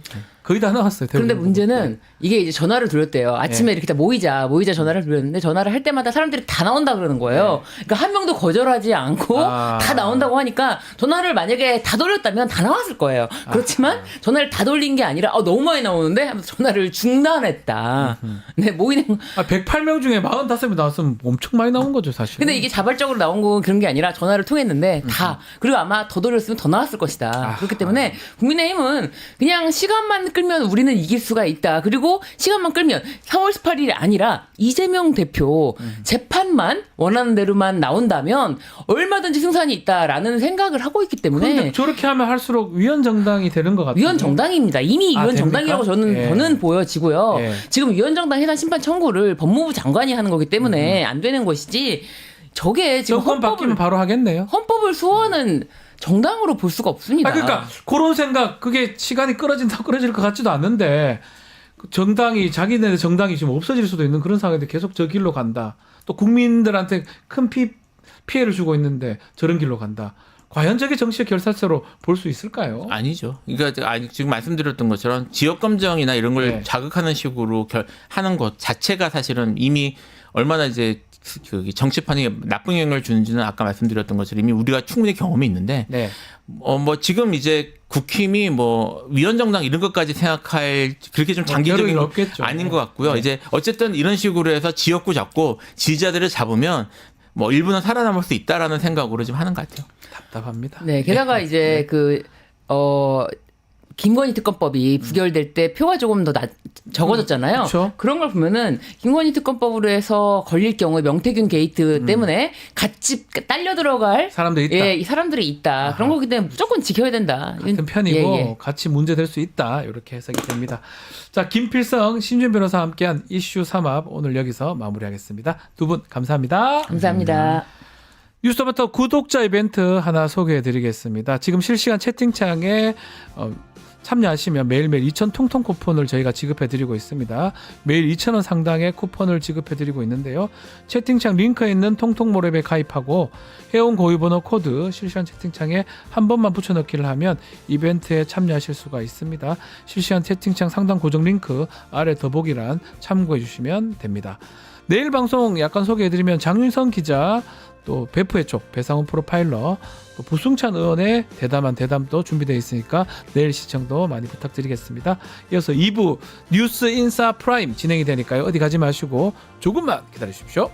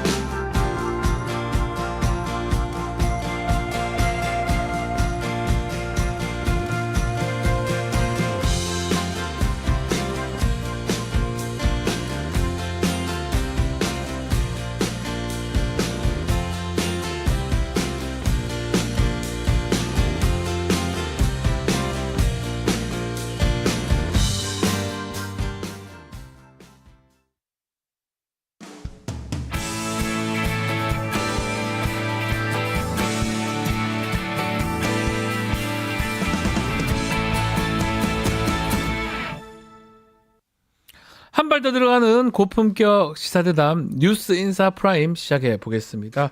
자, 목요일 코너 쇼미더 민심입니다. 한 주간의 민심 쏙쏙들이 살펴보겠습니다. 윤희웅 대표, 박영식 정치시사 에디터 함께합니다. 안녕하십니까? 네, 안녕하세요. 반갑습니다. 네. 자, 오늘은 뭐 본격적인 여론 또 민심 살펴보기 전에 자, 논란이 되고 있던 지지율 조사 한번 살펴보겠습니다. 윤석열 지지율 40% 나온 여론조사. 이게 한국 여론평판 연구소 이게 실시한 조사인데 대표님. 이 여론조사는 어떻게 봐야 됩니까? 100% 나왔다 하죠, 차라리. 40%? 예. 일단은 이제 엄밀하지 못한 부분이 있어요, 이 조사가. 네. 왜냐하면은 우리가 이제 대통령 지지율이라고 많이 얘기를 하지만 사실은 그 이전에 물어봤던 거하고 이번에 물어본 것이 이제 문구가 달라요. 네. 그러니까 이전에는 우리가 대통령 국정 지지율이라고 해서 최근에 대통령이 일 잘하냐 못하냐라고 질문을 쭉 해왔던 거예요. 근데 직무가 정지됐잖아요. 그러니까 직무 수행은 못 물어본 거예요.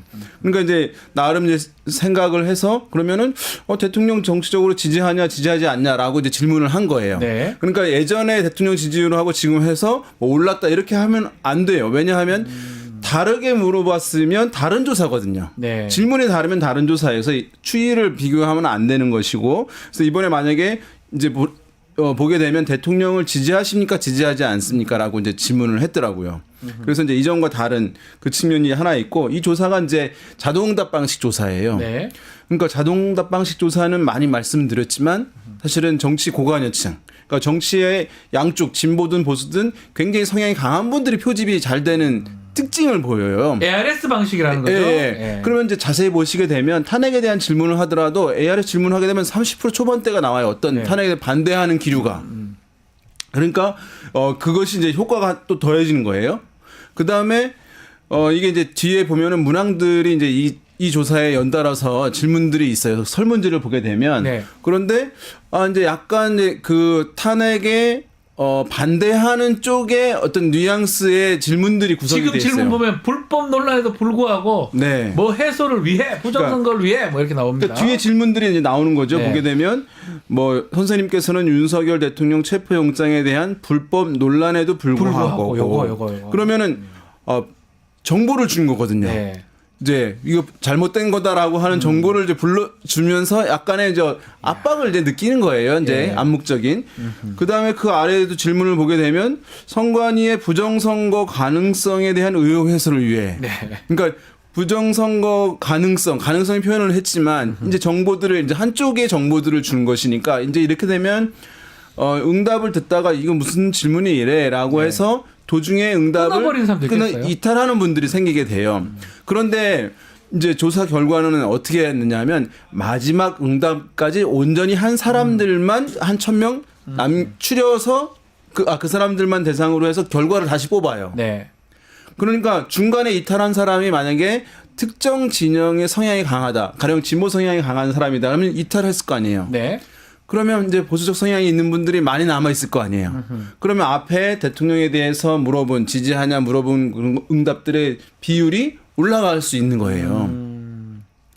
이런 서너 가지가 합쳐져서 이제 이렇게 나온 것이라고 분석할 수 있어요. 이게 정상적인 뭐 이렇게 여론조사 회사잖아요. 이게 네. 자기들 걸어놓고 여론조사 심의회 다 하는데 뭐 100% 나왔다고 그러지 40%가 지금 말이 되나요? 제가 체감하기로는.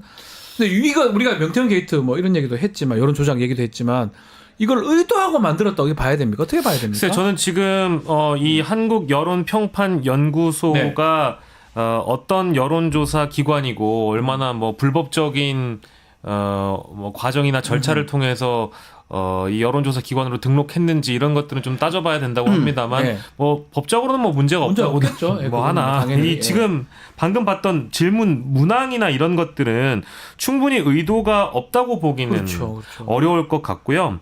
의도가 없다고 보면 어려울 것 같고, 그리고 이게 지금 현재 고성국 TV라는 네. 고성국 극우 유튜버하고 과거에도 여러 차례 이제 이 업체가 의뢰를 받아가지고 조사한 히스토리가 또 있다라는 점이 많은 분들에게 의구심을 사고 있고, 네. 어제 JTBC 단독 보도로도 좀 밝혀졌습니다만 이 한국 여론평판 연구소는 지난 총선 당시에도 여론조사 심의위로부터 경고를 받았다고 그래요. 그래서 뭐 여러 문제가 있었던 업체라는 점, 뭐 그리고 또 다른 뭐 2023년 여론조사에서는 규정 위반 지적, 그때도 이제 문항이 문제였습니다. 네. 근데 그때도 이제 유사한 문제점이 있어가지고 지적을 받았기 때문에 이제 이런 부분들에 대해서는 문제의식이 분명히 민주당 차원에서도 있었던 것 같아요. 그래서 지금 고발을 법적으로 고발을 검토하고 있다. 네. 실제 고발을 이루어진 것은 아닙니다만은 어허. 그래서 일각에서는 그래도 공당이 여론조사 업체를 고발하는 것이 좀 너무 과도하다라는 뭐 그 원론적인 입장에 저는 동의를 할 수 있는데 아무리 그렇다고 하더라도 뭐 불법 체포 영장에 대한 불법 논란에도 불구하고 그런 질문을 왜 합니까? 현직 대통령을 강제 연행하는 것에 동의하느냐 안 되죠. 이렇게 물어버리면 뭔가 사람들이 초반에 받는 인식은 그렇지 현직 대통령을 체포하는 건 좀 과도하지 않나? 이런 유도 질문처럼 느껴질 수밖에 그러니까요. 없는 거거든요. 그래서 이런 것들은 차제에 좀 저희가 정리하는 편이 낫겠다라는 생각이 들고 아까 우리 변호사님께서 말씀 주신 대로 지금 상황이라는 게 우리가 여론조사에 대한 문제 심각성을 명태균 게이트 때문에 많이 인지를 하게 됐잖아요. 그렇죠. 사전적으로 인지가 된 상황에서 이런 여론조사가 나왔다라는 것은 매우 유감이고요. 사실은 뭐 이제 응답률, 조사 방식, 그리고 어떤 질문 설계 뭐 이런 등등에 대한 문제 때문에 지금 이 여론조사뿐만 아니라 다른 여론조사들 지금 이 윤석열 대통령 직무 정지 기간 이후에 벌어진 여러 여론조사들이 동일한 문제점이 있다라고 지금 평가가 되고 있습니다. 네. 그래서 여러분들이 보실 때 과연 이 여론조사가 대표성이 있는가, 국민의 여론을 대표할 수 있는가에 대한 문제의식을 좀 가지시는 게 좋겠다라는 생각이 드네요. 네, 대표님. 저게 이제 자동응답 방식 같은 경우에는 사실은 아까 말씀드린 측면이 있어서 그러면은 이제 중도층 또는 중간층들이 사실 응답이 표집이 충분하게 되지 못하는 측면이 있어요. 예. 이게 굉장히 장점도 있어요. 이제 빠르게 아하, 예, 신속하게 결과를 이제 내놓고 여론의 흐름을 파악할 수 있는 장점은 있는데 중도층, 중간층 왜냐하면 녹음된 음성으로 이제 전달이 되는 것이거든요. 그러면 우리가 이제 보면 많이 마케팅 전화 받으셨을 텐데 사람이 전화를 하게 되면 그래도 그렇게 좀 민망하죠. 미안하니까 예. 이제 대부분 착하신 분들이 듣고 예. 계실 텐데 빨리 얘기하세요라고 해서 끝까지 남아 있어요. 보통의 사람들이. 네. 그런데 만약에 어떤 뭐 안보험 마케팅 전화다 하면 내가 암에 대한 우려가 굉장히 강한 분들 예. 들을 수 있잖아요. 맞죠. 그러니까 네. 정치 고관여층이라는 게 그런 거예요. 이제 양쪽 진영에 네. 지성에 강하신 분들이 남아 있다는 것. 그래서 이제 근데 무슨 소리냐 이런 조사에도 보면 중도층이 나오던데, 그러니까 그거는 내가 중도층이라고 얘기한 것인 거죠. 사실은. 그래서 사실은 이제 요런 지금 요 국면에서 여론을 정확하게 아시기 위해서는 요런 조사도 보시되 전화 면접 조사 뭐 한국갤럽이든 오늘도 나올 텐데 이런 것을 같이 한번 이제 보시는 것이 일반 보통의 사람들도 의견을 파악할 수 있는 것이니까 필요하다는 이제 말씀을 드리고요. 예. 이제 여론조사 설문을 이제 보게 되면 이게 언론에서 공표하는 조사인 경우에는 여론조사 심의위원회에 이제 등록을 하게 되는데 그 안에 사전 스크린이 이루어지지 않아요. 아, 사전에 보지 않는다는 거예요? 예, 그러니까 선관위에서 이제 검토를 하지 않거든요. 언론에 대한 이제 우호적 조치인 것이죠. 그런데 그런 데서 문제들이 있고 또 자동응답 전화 결과들이 나오게 되면서 좀 이렇게 최근에 이런 부분들 나타나는데 근데 이제 자동응답 전화 방식으로 하게 되면 30% 초반 중반까지는 어쨌든 그 탄핵과 반대되는 네. 기류의 여론이 잡힐 가능성은 상당히 좀 있다. 있는 편이라고 봐야 될 것 같아요. 요거 KPI 뉴스 의뢰로 리서치뷰가 네. 진행한 조사도 비슷한 것 같아요. 36.9% 지지율이 나왔는데 이게 지난달에는 보다는 21.1%포인트가 급등했습니다.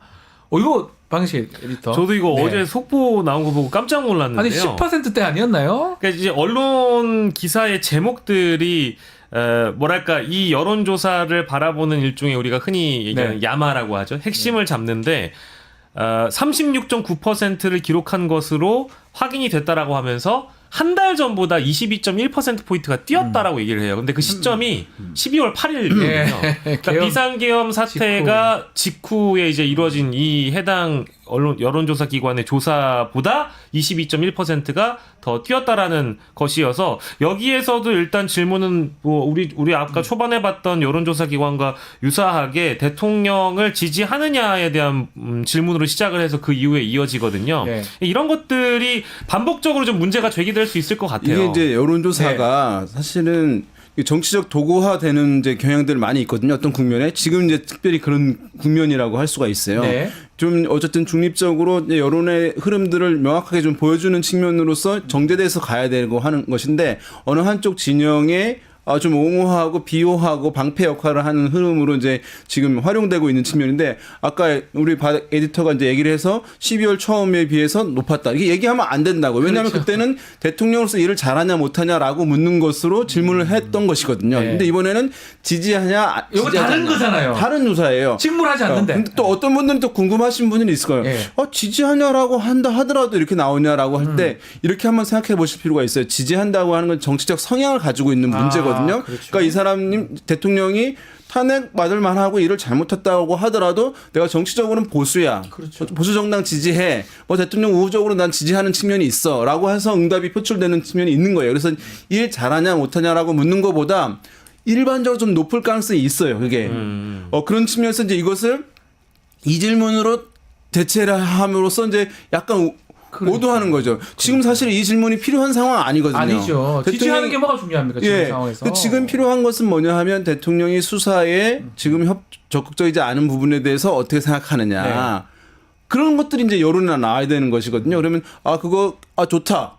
이거 문제가 있다. 라고 하는 것들이 여론에 나오고 이런 것이 지금의 상황을 보여주는 이제 여론조사라고 할 수 있는데 그러니까요. 그런 거 안 하고 지금 이렇게 활용하고 있는 것은 정치적 도구화가 의도가 되고 있어. 있는 그러다 보니까 있어요. 보수층이 결집 40%다 이렇게 되는 거 아니에요? 그러니까 그러면 이게- 이제 필터 버블이라고 해가지고 한쪽에 우호적인 것만 갖고 이제 하잖아요. 네. 그러니까 갈등이나 이 격화되는 부분들이 커지는 것이니까 이걸 또 활용하는 분들이 있는 것이거든요. 그러니까 네. 이게 네, 이제 가르치겠어? 여론 조사를 해서 실제 여론을 잘 대변해주면 좋고 지금 이제 이 전국을 가르고 있는 여러 이슈들을 이 여론의 흐름을 짚기 위해서 조사를 하는 거니까. 근데 이게 여론 조성을 한편으로는 조작할 수 있다라는 여론 가능성을 조성을 위한 여론 조사가 그러니까 되는 여론 거예요. 조성을 위한 예. 조작이거나 여론 조성을 위한 조사가 돼버리면 네. 안 된다라는 안 되죠. 거죠. 그러니까 예. 이게 이제 그게 목적이 되면 안 되는데 지금 실제 극우 유튜버들이 환호하고 극우 세력의 결집을 더 강화하기 위한 수단으로 여론조사가 쓰이면 안 된다라는 걸 지금 이제 윤희영 대표님께 짚어주신 것이고 그렇다고 하면은 그런 질문이 가능할 것 같습니다. 야 그러면은 보수 결집이나 이런 세력 결집이 없냐? 결집이 있죠. 있겠죠. 왜냐하면 자신들이 지지하는 주군이라는 사람이 위기에 봉착했으니까 지금 보수 총집결, 뭐 더 나아가서는 극우 총집결이 이뤄지고 있는 건 엄연한 사실 아닙니까? 네. 근데 여기에 이제 어떻게 보면 기름을 더 부어주는 것이 이런 여론조사이기 아하. 때문에 조심해야 된다. 그렇죠. 명태균 게이트 이후에 이제 이런 상황들을 우리가 충분히 예견할 수 있었던 건데 이게 사실 더 나쁜 건 언론이 더 나빠요. 언론이 그걸 그대로 씁니다 또. 언론이 헤드라인하고. 너무 기계적으로 이걸 받아 써주고 있어서 그러니까요. 이거는 사실 언급을 해야 될 것 같은데 문화일보, 한국경제, 머니투데이, TV조선 뭐 예를 들면 딱 예상한 그대로네요. 예상한 경제지라든지 뭐 보수지 이쪽에서 너무 뭐랄까 자신들의 바이어스를 담아가지고 제목을 달아버린단 말이에요. 그러니까요. 근데 이게 앞으로 계속될 것 같습니다. 불안한 되겠죠. 거는 아니 왜 여론조사 업체에서 의뢰받아 조사하는데 무슨 상관이냐라고 이제 배째라 이런 식으로 나와버리면 방법이 없는 거거든요. 그렇죠. 자, 그래서 이번 주는 스트레이트 뉴스 더 조원 CNI 의뢰해서 저 개요 좀 소개해드리겠습니다. 지난 4일, 6일 2,003명 대상으로 진행된 조사입니다. 요거 한번 다뤄보겠습니다. 무선 RDD ARS 여론조사 방식이고요. 응답률 4.7%, 표본 오차가 95%, 신뢰 수준이 플러스 마이너스 2.2% 포인트입니다. 자, 질문, 요거에 필요한 질문들이죠. 윤석열에 대한 탄핵 심판 어떻게 하는 게 좋겠냐? 헌법재판소. 요거 결과는 어떻게 나왔습니까? 박영식 에디터. 예, 일단은 이 헌법재판소가 윤석열 탄핵 심판을 본격화한 상황인데 국민 10명 중에 결론적으로 6명 정도가 61.4%가 탄핵안을 인용해서 통과시켜야 된다라고 보고 있고요. 나머지 뭐 이걸 한 4명 정도로 잡는다고 하면 약 4명, 뭐 35.8%인데 탄핵안을 기각하여 통과시켜서는 안 된다라고 이제 응답을 했습니다. 모름의 비율은 응답률은 2.8%고요. 참고로 저희가 앞서서 여론조사에 대한 비평을 좀 했기 때문에 네. 요 여론조사의 표집 성향 분포가 진보가 580명, 중도가 718명, 보수가 557명, 잘 모름이 148명이라는 점을 일단 여러분들께 참고 말씀드리고요. 네. 지역적으로 곱씹어 볼 것도 연령층으로 곱씹어 볼 것은 이제 윤희용 대표님께서 좀 짚어주시려고. 어떻습니까, 대표님? 지금 정치 성향별로 아니면 지역별로 뭔가 좀 차이가 좀 있습니까?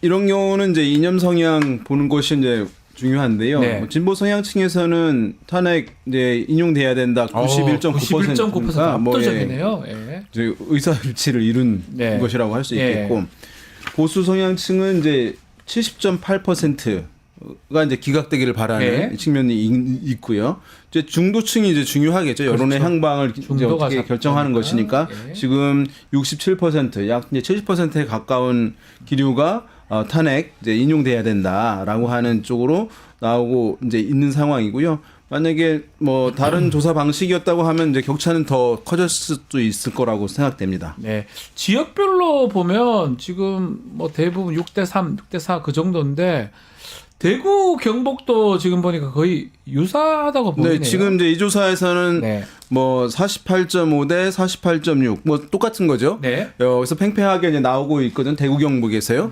근데 이제 신년 조사에서 전화면접 조사 같은 경우 봤을 때는 대구 경북에서도 네. 탄핵에 대해서 이제 찬성 기류가 이제 더 높은 조사들도 이제 많이 다른 조사에서는 네. 확인이 됐습니다.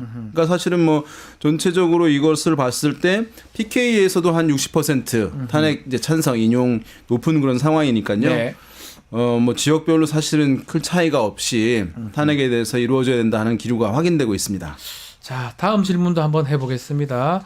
헌법재판소가 사실은 법상으로 봤을 때는 탄핵 사건 접수 후에 180일이니까 6월까지 이제 심판 선고를 완료해야 되는데 언제 윤석열에 대한 탄핵을 완료하는 게 맞는지 이런 것들 여론조사를 해봤습니다. 박희식 에디터 어떤 결과가 나왔습니까? 네, 일단은 이것도 아까 저희가 봤던 조사와 비율이 좀 유사한 것 같아요. 예, 6대 3. 유사한 편입니다. 예. 6대 3 정도, 네, 6대 뭐 이제 더 넓게 보면 6대 4 이렇게도 볼 4, 수 있는데 사건이 중대하고 이건 이제 명확한 사안이기 때문에 빠르게 1, 2개월 내에 판결을 해야 된다고 보시는 분들이 이제 61%고요. 네.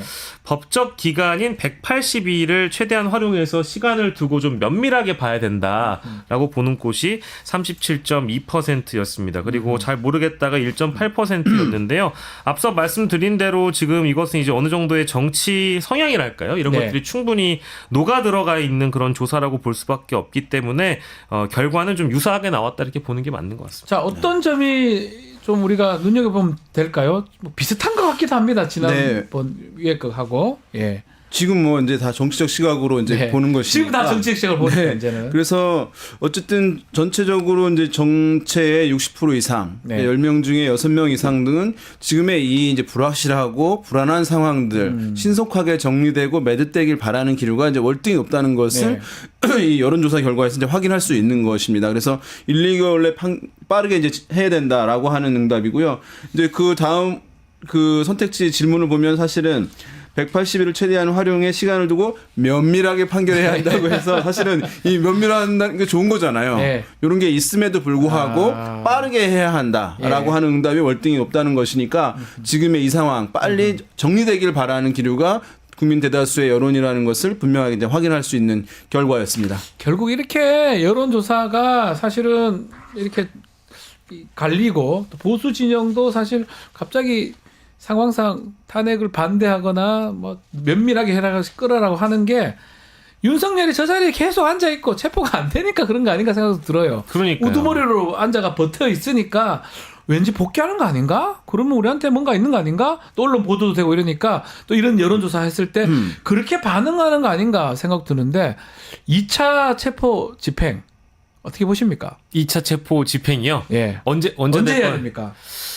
아, 이게 그러니까 너무 어렵기도 하고 지금 네. 방송 진행하시는 분들이 대부분 아마 같은 마음이실 겁니다. 이게 가장 궁금증이죠. 뭐 모든 국민들이 사실. 근데 이제 현실적으로는 2차 체포 시도라는 게 오늘 이제 9일이니까요. 아마도 오늘과 내일 사이에 있지 않겠냐라는 그런 예상들은 많이 나왔고, 저도 국수본 관계자에게 이제 전원을 통해 들은 바에 따르자면 뭐 그 분께서도 아주 장기간 체포 영장 집행에 돌입할 가능성까지 내다보고 경찰 병력을 확보하고 여러 장비들을 이제 수단 삼아서 네. 체포 영장 집행 시도를 할 계획이라고도 말씀을 하셨는데, 일단 어제 아무 일도 없었고요. 네. 그리고 오늘도 사실은 이제 가능할까라는 그런 의구심들이 좀 드는 이유가, 일단 지금 언론 보도를 보면은 경호처의 그 윗선들을 먼저 제압을 하고 그 이후에 이제 그 직업 공무원들, 직업 경호처 직원들을 좀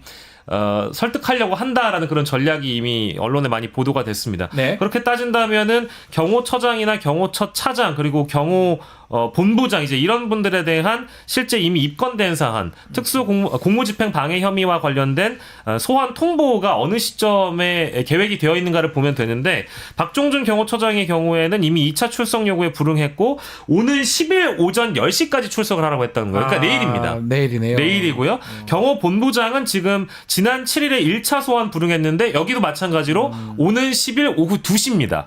그렇고 경비안전본부장은 8일 오후 2시를 1차 출석 네. 요구 시한으로 통보받은데 사실 지금 연락을 따로 취했다거나 조사에 응한 사람이 없잖아요. 네. 그러면 경호처장과 본부장을 중심으로 놓고 봤을 때 내일 오전 오후 사이까지 안 나오면 뭐랄까 이제 윗선을 좀 경찰이 정리할 명분이 생긴다고 생각할 수 있으니까 아마도 금요일 오후 정도가 금요일 되지 오후. 않겠는가 금요일 라고 오후. 예상을 할 수 와. 있겠고 근데 이게 1월 11일로 넘어가게 되면 토요일입니다. 토요일입니다. 예. 그리고 토요일은 아시는 것처럼 극우 세력들의 집회가 한남동 관저주변에서 아주 집중적으로 일어나기 때문에 영장 집행하기가 좀 어렵겠다라는 그런 예상이 있어서 10일이 아니면 토요일을 뛰어넘은 뭐 일요일까지도 내다보는 분들이 뭐 전반적으로 많은 것 같습니다. 그래서 아무튼 박지훈 변호사님도 굉장히 뭐 방송사의 섭외라든지 내지는 뉴스토마토의 편성 계획을 어떻게 잡을 것인가 네. 초미의 관심이 아닐까 싶습니다. 어떻습니까? 지금 사실은 이게 집행이 벌써 됐었어야 되는데 너무 끌다 보니까 여론전으로 가는 것 같아요. 내란죄를 저질렀고 영장이 발부됐는데 체포에 응하지 않고 있는데도 여론조사에 보면 체포하면 안 된다 뭐 이런 얘기가 좀 나오는 상황이잖아요. 어쩌면 이런 상황이 끌어가니까 복귀할 수 있다는 어떤 마음들이 그런 어떤 생각들이 결집해가지고 여론조사 이런 게 반영되는 것 같긴 하거든요. 그러니까 지금 이 사안이 국민의 생명에 대해서 이제 위협이 있었던 네. 사건이고 또 이제 국가의 체제, 시스템, 민주주의 이제 붕괴 멈추게 그렇죠. 한 사건이고 중차대한 이제 사건이고 내란이라고도 이제 표현을 하잖아요. 실제적으로 그렇죠. 그런 것이고. 그런데 이렇게 지금 정리가 되지 않고 네. 있고 법의 집행이 이루어지지 않고 있는 이 상황에 대해서 어떤 분들은 굉장히 심리적으로 이 상황을 불안하게 여기는 분들이 상당히 많이 있어요. 그렇죠. 거의 다 막 그렇죠. 네, 그래서 이거 어떻게 되는 것 아니야라고 생각하시는 분들, 굉장히 이제 자신감 있으신 분들은 별 생각 없이 빨리 해결되길 바란다라고 이제 하시기만 하는데 어떤 분들은 스트레스가 사실은 이만저만 아니고 또 이 사안을 어떤 분들은 불안하니까 매 실시간 체크를 하시는 분들이 있어요. 그러니까 이거 사실은 경제적으로 봤을 때 국민의 상당한 사람들의 신경을 빼앗고 있는 거잖아요. 맞습니다. 사실 이제 그래서 하루속히 좀 매듭이 빨리 되기를 상당히 바라고 어쨌든 이 체포영장이 집행되는 가운데서 불상사가 없이 순조롭게 좀 빨리 됐으면 하는. 아마 많은 국민들이 이렇게 생각하는 네. 것 같아요. 빨리 정리되고 불상사는 절대 있으면 안 되고 이게 참 쉽지가 않은 상황. 왜냐하면 저렇게 뻗대고 있으니까 아유 참. 알겠습니다. 마지막으로 정당 지지율도 한번 짚어보죠. 이번 주 정당 지지율은 어떻게 나왔습니까? 박 네, 기자부터. 지금 이 정당 지지도를 보니까요. 일단은 민주당이 43.7% 그리고 네. 국민의힘이 37.9%로 집계가 됐습니다. 근데 이게 지금 국민의힘 지지도가 37%를 넘어서서 0.9% 올라가긴 했습니다만 네. 이게 스트레이트 뉴스에서는 조원 CNI의 그 조사 의뢰했을 때 7월, 그러니까 작년 7월 마지막 주 조사 이후 5개월 만에 37%를 넘어간 거라고 하거든요. 네. 그러니까 이게 어느 정도의 뭔가 그 반등이 좀 있었다. 뭐가 이거 지금 보면 3주 만에 조사이긴 하지만 네. 국민의힘은 7.8%포인트 올랐고 민주당은 4.9%포인트가 줄었습니다. 네, 이제 그 대목을 좀 네. 봐야 될 것 같고요. 조국혁신당 3.1, 개혁신당 2.3, 기타 2%. 사실은 없음 모르겠다도 두 자릿수입니다. 11.1%라는 점을 좀 주의 깊게 봐야 될 것 같습니다. 어떻게 봐야 됩니까? 이렇게 일단 이런 자동답 방식에서는 이제 정당 지지율을 일단 모든 정당들이 좀씩 높을 수밖에 없어요. 네. 왜냐하면 다른 조사들 같은 경우는 이제 모르는 응답이 한 20% 넘게 나오거든요. 전화해보- 근데 이건 그냥 10% 정도밖에 나오니까 그 10%가 어느 정당들이 가는 거예요. 그다음에 이제 많이 물어보시는 것이 왜 이제 국민의힘 정당 지지율이 이렇게 높게 나오느냐라고 하는 질문들 많이 하시는데 네. 이제 이렇게 보시면 되겠습니다. 이제 이것이 여당 지지율이 이제 이전에 비해서 이전 수준 약간 회복하는 모습도 보이잖아요. 정당에 대한 지지예요. 정당에 대한 지지인데 우리나라 이제 국민들의 어떤 정당에 대한 지지 특성이 우리가 흔히 뭐 정치학적으로 해서 정당 일체감에 의해서 이 정당을 이 나와 굉장히 상통하는 측면이 있고 내가 선호를 보여서 지지를 한다. 이것이 이제 전통적인 정당 지지인데 네. 최근에 한 10년 동안 정치적인 이제 양극단 현상이 매우 강화돼 가지고 정당에 대한 지지가 내가 싫어하는 반대쪽 정당을 틀어막는 도구로서의 어떤 정당을 지지하는 경향. 그런 사람도 있죠. 반대 정당을 막을 수 있는 정당에 대한 지지를 표출하는 이 특성이 최근에 이제 매우 강화됐어요. 그러니까 이 현상은 보수 성향에 있는 어떤 분들 같은 경우에 민주당에 대한 반감들, 또 뭐 어떤 것에 대한 두려움, 뭐 이런 분들이 있기 때문에 국민의힘에 대한 지지 표출을 이전 수준으로 빠르게 회복한 측면이 있다고 봐야 되는 것이거든요. 그런 차원에서 이제 이것을 해석해야지 어떤 분들은 이러면 윤석열 대통령의 뭐 지금 이제 어떤 모습에 대해서 찬성하는 그건 아니라는 우호적 거죠? 흐름이 확대되는 근데 이것을 이렇게 받아들이면은 오판하는 것이거든요. 예. 지금 이제 국민의힘 여당 내에서 이제 일부 그런 기류가 있는 것 같은데 예. 구분돼서 이걸 봐야 되는 것인데 구분해서 봐야 된다. 지금 그걸 이제 좀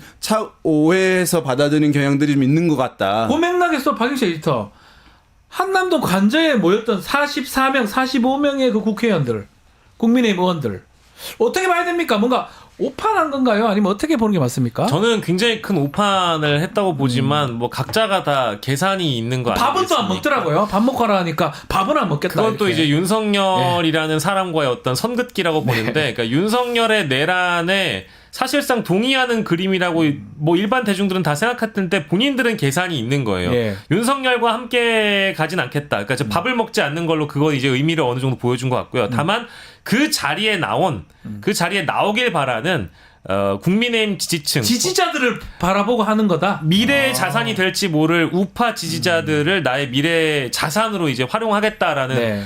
그런 목표를 가지고 나간 것이어서 약간 좀 구분해서 보긴 해야 될 것 같습니다. 그러니까 과거에 우리가 105명이라고 해서 탄핵 반대를 했던 국민의힘 의원들을 막 내란 105적 이렇게 표현했었잖아요. 네. 뭐 그 중에 44명도 포함이 되어 있습니다만. 당연히 있겠죠. 근데 네. 그래도 그거는 국회 내부에서 이뤄지는 어떤 질서에 의해서 소극적으로 자신이 표결을 할지 말지 그렇죠. 찬성할지 말지를 결정하는 거잖아요. 헌법기관으로서.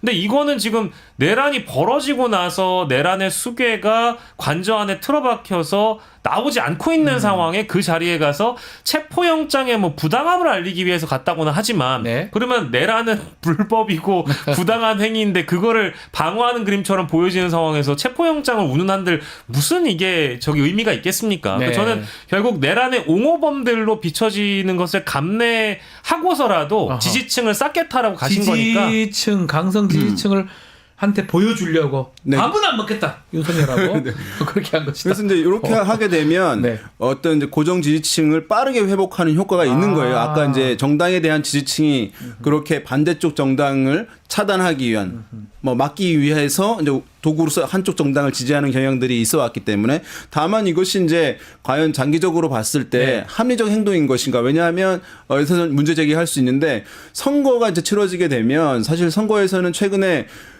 지방선거든 총선이든 대선뿐만 아니라 중도층들, 중간층들이 대거 투표에 나오게 되거든요. 맞습니다. 투표는 매우 높아진 상황이에요. 네. 그러면 이 현상 같은 경우 선거에 정말 이제 어떤 대통령의 계엄에 대해서 옹호했다고 하는 이미지가 선거에 너무 가까워지게 되는 거예요. 빨리 떨쳐버려야 되는 것인데 그러면 중도층에 주는 이제 영향들은 상당히 지대하기 때문에 오래 갈 것이기 때문에 또는 그 선거에 더욱 가까워질 것이기 네. 때문에 선거에는 결국 불리하게 영향을 줄 수밖에 없는 것이거든요. 그래서 이제 지금 그런 면에서 합리적이지 않다는 거예요. 이렇게 했을 때는 빠르게 이전 지지층을 회복하는 데는 도움이 될 수 있지만 선거에서 이기기 위한 중도층을 소구하는 데서는 점점 멀어지는 것이기 때문에 네. 결과적으로 비합리적인 행동인데 비합리적이다. 어떤 이제 주인적인 의식이 없이 뭐 당장 이제 그런 보수층 정당 고정 지지층, 강경 지지층에 이제 어필하기 위해서 눈도장 찍기 위해서 하는 것이어서 그런 부분에서는 이제 그래서 그런지 안타깝다고 생각합니다. 그뭐 대구 경북 의원들이 엄청 나왔어요. 아니 근데 그분들이야 사실은 어차피 그 거기는 또 그러니까. 지역 정서라든지 야. 지지층의 정서라는 게 반영된 행동이라고 본다면 저는 이해를 할 수 있는데 나경원 의원 같은 분은 동작은 아닌 것 같은데. 동작구잖아요. 서울 예. 동작구고 거기 굉장히 어렵게 이긴 겨우 이긴 거잖아요, 사실. 지역구인데 왜 저런 선택을 했을까 일단 잘 이해가 안 가고 나경원 뭐 윤상현 다 비슷해요. 김은혜. 뭐 다선 네. 중진 의원들뿐만 아니라 사실 저 앞에 나와 있는 김기현 의원이라든지 뭐 이런 분들 다 판사 출신이잖아요. 예. 그래서 더 어이가 없는 것이고 지역 정서로만 봤을 때 저는 나경원 의원이 제일 이해가 안 되는 게 저는 윤상현 의원 같은 경우에는 이미 뭐 이제 5선 하셨기 때문에 예.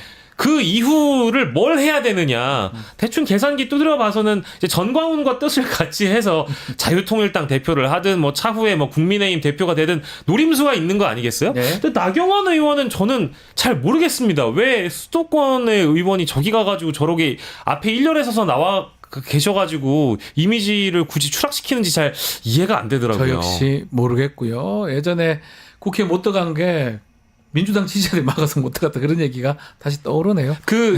패스트트랙 당시에 빠루를 들고 있었던 나경원 의원이 그 사진이 오랜 기간 이 정치권에 남아 있게 됐잖아요, 결국에는. 그래서 그때도 사실은 그 모습이 그리 아름답게 비춰지지 않아서 나경원이란 정치인에 대한 평가에 이제 꼬리표처럼 달아붙었는데 이 사진의 경우에도 뭐 대구 지역 국회의원들 말고 상관없죠. 예. 정치인 나경원, 동작구 국회의원 나경원을 앞으로 어떻게 국민들이 평가할지 네. 서울시장에 관심 있는 걸로 제가 알고 있는데 여전히 근데 뭐 이게 딱히 좋은 이미지를 못 줄 것 같아요. 지켜보겠습니다. 서울 여론이 그렇지 않죠. 알겠습니다. 두 분 말씀은 오늘 여기까지 듣겠습니다. 쇼미더민심 감사합니다. 고맙습니다. 자, 뉴스인사 프라임 어땠습니까? 생방송 라이브 끝나고 다시 보기 가능합니다. SNS 홍보 많이 부탁드리고요. 댓글 참여도 많이 부탁드리겠습니다. 저는 내일 아침 7시 20분에 다시 찾아뵙겠습니다. 감사합니다.